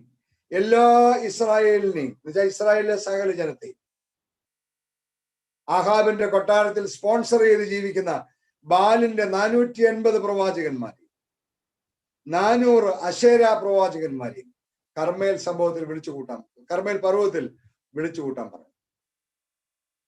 ഏലിയാവ് എന്ന് പറയുന്ന ഒരേ ഒരു മനുഷ്യൻ, അപ്പുറത്ത് ബാലിന്റെ 480 പ്രവാചകന്മാര്, അശേരായുടെ 400 പ്രവാചകർ, 880 പ്രവാചകന്മാർ ഒരു വശത്ത്, അവരെ സ്പോൺസർ ചെയ്യുന്ന രാജാവും രാജ്ഞിയും പരിവാരങ്ങളും, ഇപ്പുറത്ത് ഒരൊറ്റ മനുഷ്യൻ, ഏലിയാവ് എന്ന് പറയുന്ന ഒരു മനുഷ്യൻ. ആ സംഭവം നമുക്കറിയാം, വിശദീകരിക്കേണ്ട കാര്യമില്ല. അതായത് ഒരു വലിയ പരീക്ഷണത്തിനൊരു ഏത് ദൈവത്തിനാണ് ശക്തി, ബാലിനാണോ യഹോവയ്ക്കാണോ? പരീക്ഷണം എന്താണ്? ഒരു യാഗവസ്തുവിനെ വെക്കുക, ഒരു മൃഗത്തെ അറുത്ത് വെക്കുക. ശക്തിയുള്ള ദൈവം സ്വർഗത്തിൽ നിന്ന് തീ ഇറക്കി അതിനെ ദഹിപ്പിച്ചു കളയണം. ആ ആളാണ് ശക്തിയുള്ള ദൈവം. ഏലിയാവ് ബാലിന്റെയും അശേരയുടെയും പ്രവാചകന്മാർക്ക് ഫസ്റ്റ് ചാൻസ് കൊടുത്തു. അവർ രാവിലെയും ഒരു പ്രാർത്ഥന തുടങ്ങി. പ്രാർത്ഥിച്ച് അലറി വിളിച്ച് പ്രാർത്ഥിക്കുകയാണ്. ഒന്നും നടക്കുന്നില്ല. ഉച്ച കഴിഞ്ഞു, ഇരുന്ന് പ്രാർത്ഥനയാണ്, ഒന്നും നടക്കുന്നില്ല. ഇതിനിടയ്ക്കല്ല ഏലിയാവ് അവരെ കളിയാക്കുന്നുണ്ട്. ഒന്നിപ്പോ പറയാൻ നേരമില്ലാത്തതുകൊണ്ട് വിശദീകരിക്കുന്നില്ല. അവസാനം ഉച്ച കഴിഞ്ഞപ്പോൾ ഏലിയാവിന്റെ അവസരമാണ്. ഇനി രാവിലെ മുതൽ ഇങ്ങനെ വെയിലത്തിരുന്ന ഈ യാഗവസ്തു അബദ്ധത്തിൽ തീപിടിച്ചതാണെന്ന് പറയാതിരിക്കാൻ വേണ്ടി ഏലിയാവ് പറയുന്ന ടെക്നിക്കുണ്ട്. നിങ്ങൾ ഈ യാഗവസ്തുവിന്റെ മുഴുവൻ പുറത്ത് വെള്ളം ഒഴിക്കണം. അതിനെ വെള്ളം ഒഴിച്ച് മുഴുവൻ കുതിർക്കുകയാണ്. മാത്രമല്ല, ഈ യാഗപീഠത്തിന് ചുറ്റും ട്രെഞ്ച് ഉണ്ടാക്കി അതിനകത്ത് വെള്ളം നിറയ്ക്കാൻ പറഞ്ഞു. കാരണം പുറത്തു നിന്ന് കാട്ടുതീ വന്നാണെന്ന് പറയരുത്. ഇതൊരു മനുഷ്യനാണ്. അയാളോടൊന്ന് പ്രാർത്ഥിക്കുകയാണ്. സ്വർഗത്തിൽ നിന്ന് ദൈവം തീ ഇറക്കി യാഗവസ്തുവിനെ ദഹിപ്പിക്കാൻ. ഏലിയാവ് ഒറ്റയ്ക്ക്, അപ്പുറത്ത് 880 പ്രവാചകന്മാർ. സ്വർഗത്തിലെ ദൈവം തീ ഇറക്കി യാഗവസ്തുവിനെ ദഹിപ്പിക്കുന്നു. ഈ ദൈവത്തിന്റെ ശക്തിയിൽ വിശ്വാസം ഇല്ലായിരുന്നുവെങ്കിൽ ഏലിയാവ് ഇവരെ വെല്ലുവിളിക്കുമായിരുന്നു. ഈ 880 പ്രവാചകന്മാരെയും ഏലിയാവ് വെട്ടിക്കൊന്നു എന്നാണ് പറയുന്നത്. ഇന്ന് നമ്മൾ ചെന്നാലും കർമ്മേൽ പർവ്വതത്തിൽ ഈ ഏലിയാവിന്റെ രൂപം ഉണ്ടാക്കി വെച്ചിട്ടുണ്ട്. ഒരു ചെറിയ മനുഷ്യൻ ഇങ്ങനെ വാളും കൊണ്ട് നിപ്പുണ്ട് അവിടെ. വേദപുസ്തകം മുഴുവൻ ഇത്തരം ആളുകളുടെ സംഭവങ്ങൾ. ബാബിലോണിയ പ്രവാസത്തിൽ നിന്ന് മടങ്ങി വന്ന ദൈവജനം ഇസ്രായേലിന്റെ മതില് പുനർനിർമ്മിച്ചുകൊണ്ടിരിക്കുമ്പോൾ അവിടെ 1-2 ഉടക്കുകാരുണ്ടായി. നമുക്കറിയാമല്ലോ, സൻബല്ലത്ത്, തോബിയാവ് ഒക്കെ. നെഹമ്യാവിന്റെ പുസ്തകം 2-ാം അധ്യായം 20-ാം വാക്യത്തിൽ നെഹമ്യാവ് പറയുന്നൊരു വാചകമുണ്ട്, സ്വർഗത്തിലെ ദൈവം ഞങ്ങൾക്ക് കാര്യം സാധിപ്പിച്ചു തരും, ആകയാൽ അവന്റെ ദാസന്മാരായി ഞങ്ങൾ എഴുന്നേറ്റ് പണി. പ്രവാസകാലത്തെ ദൈവജനത്തിന്റെ ദുരിതങ്ങളുടെ കഥയാണ് ദാനിയേലിന്റെ പുസ്തകം നമ്മോട് പറയുന്നത്. നെബൂഖദ്നേസർ രാജാവ് ഉണ്ടാക്കിയ സ്വർണ്ണ ബിംബത്തെ വണങ്ങുവാൻ നിർബന്ധിതരാകുന്ന ജനങ്ങളാണ്. ദാനിയേൽ പ്രവാചകന്റെ പുസ്തകം 3-ാം അധ്യായം 17-18 വാക്യങ്ങൾ ആധുനിക വിശ്വാസികൾ ആവർത്തിച്ച് വായിക്കേണ്ടതാണ്.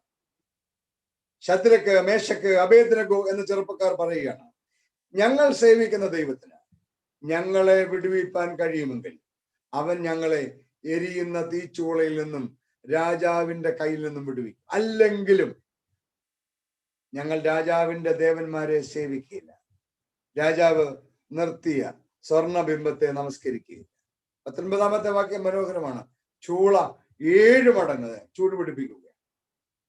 പ്രിയപ്പെട്ടവരെ, കഥ നമുക്കറിയാം. ആ യുവാക്കൾ ദൈവത്തോടൊത്ത് തീച്ചൂളയുടെ നടുവിൽ നൃത്തം ചെയ്തു. ഒരു പുകമണം പോലും ഇല്ലാതെ അവർ പുറത്തു വന്നു.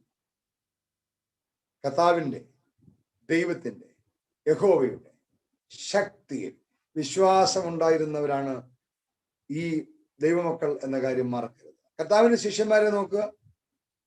ക്രൂശീകരണ സമയത്തും അത് കഴിഞ്ഞു യഹൂദന്മാരെ പേടിച്ച് ഒളിച്ചിരുന്ന ശിഷ്യന്മാരാണ്. ഉയർത്തെഴുന്നേറ്റ കർത്താവിനെ കണ്ട് ദൈവത്തിന്റെ ശക്തിയിൽ പൂർണ്ണ ഉറപ്പായതോടെ അവർ ലോകത്തെ കീഴ്മേൽ മറിക്കുന്നവരായി മാറുകയാണ്.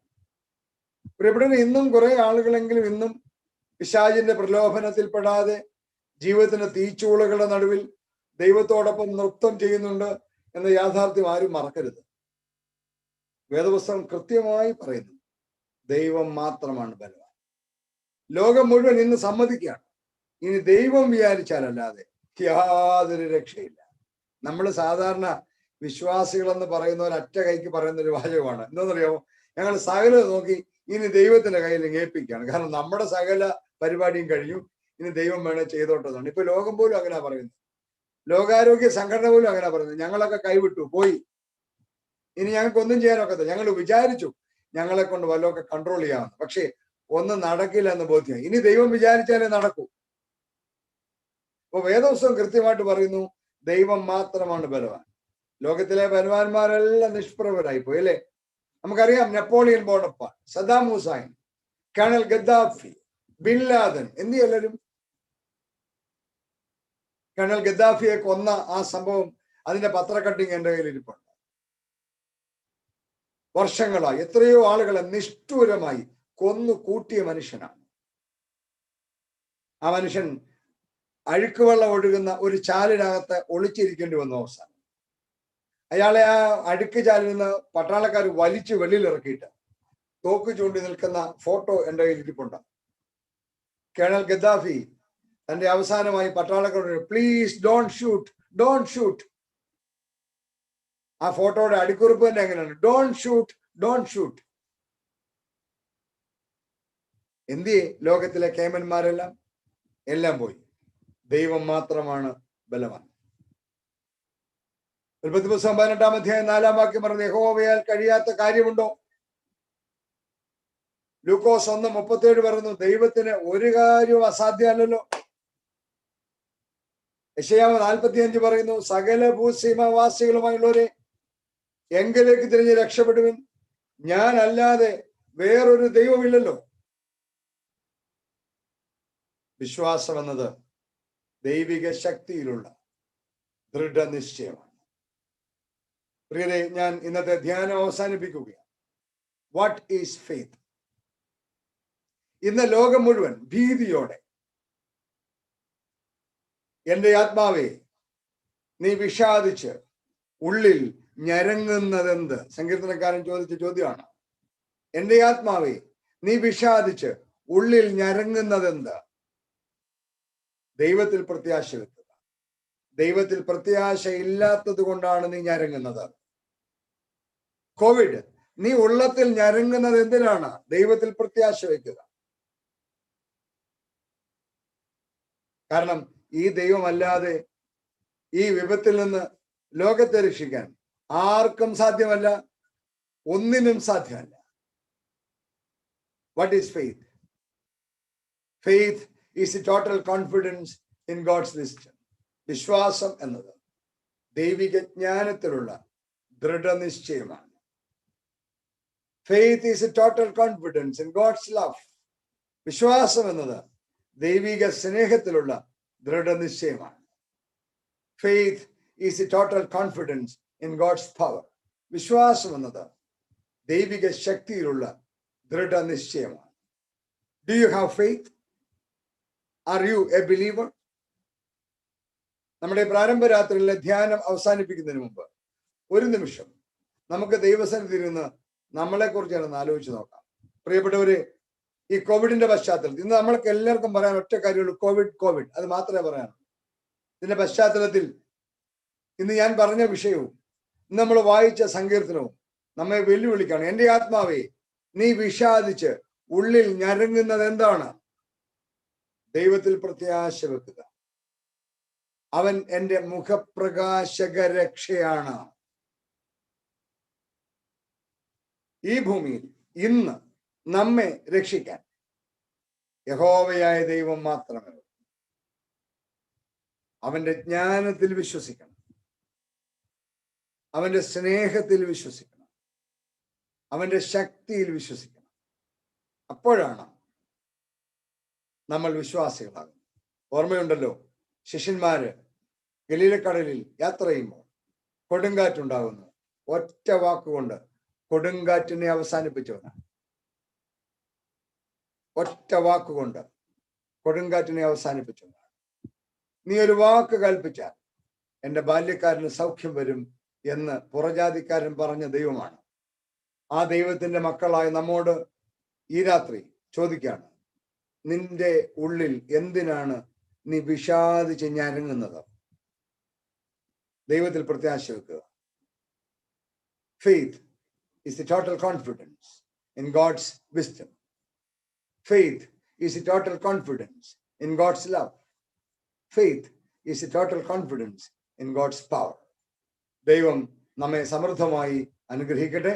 നാളെയും മറ്റന്നാളിലും ഇതുമായി ബന്ധപ്പെട്ട് മറ്റു വിഷയങ്ങൾ നമുക്ക് ധ്യാനിക്കാം. Thank you. God bless U.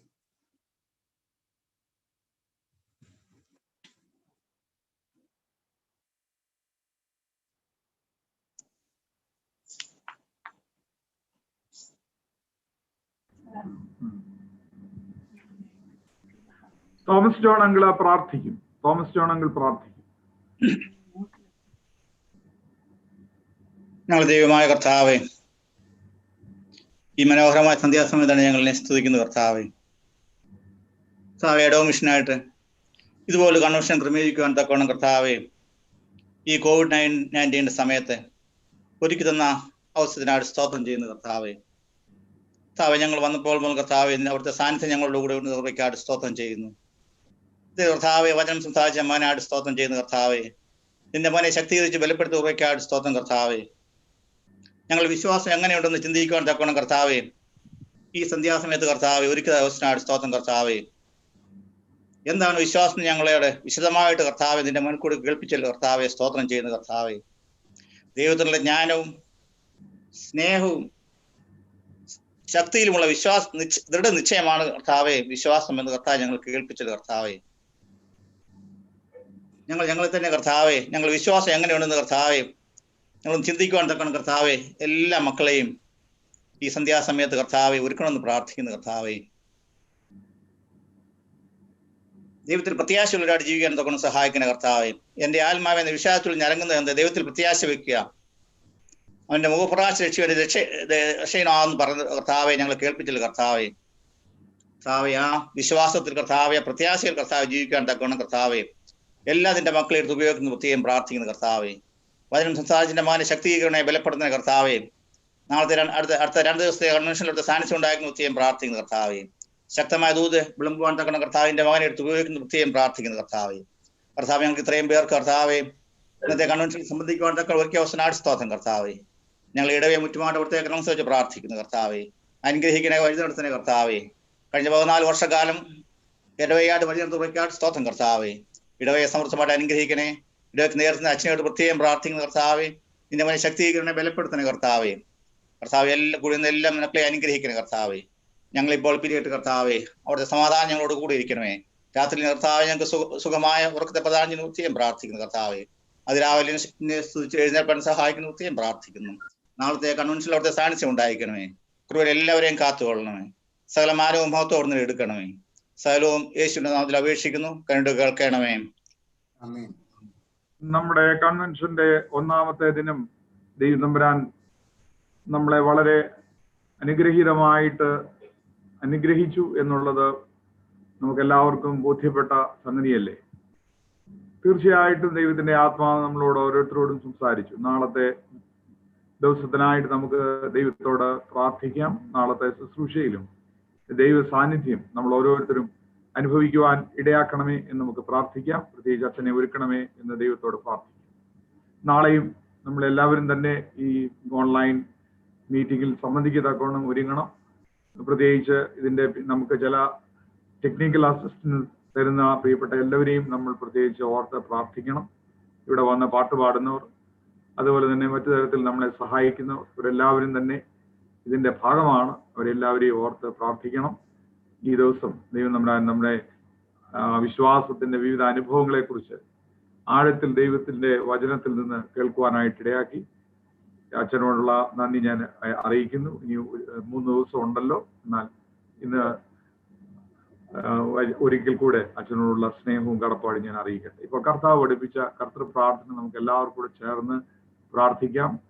അതിനുശേഷം പ്രിയപ്പെട്ട പി തോമസ് അച്ഛൻ ആശീർവാദം പറഞ്ഞ് അവസാനിപ്പിക്കും. സ്വർഗസ്നായ ഞങ്ങളുടെ പിതാവേ, നിന്റെ നാമം പരിശുദ്ധമാക്കണമേ, നിന്റെ രാജ്യം വരണമേ, നിന്റെ ഇഷ്ടസ്വരത്തിലെ പോലെ പുണ്യമാകണം.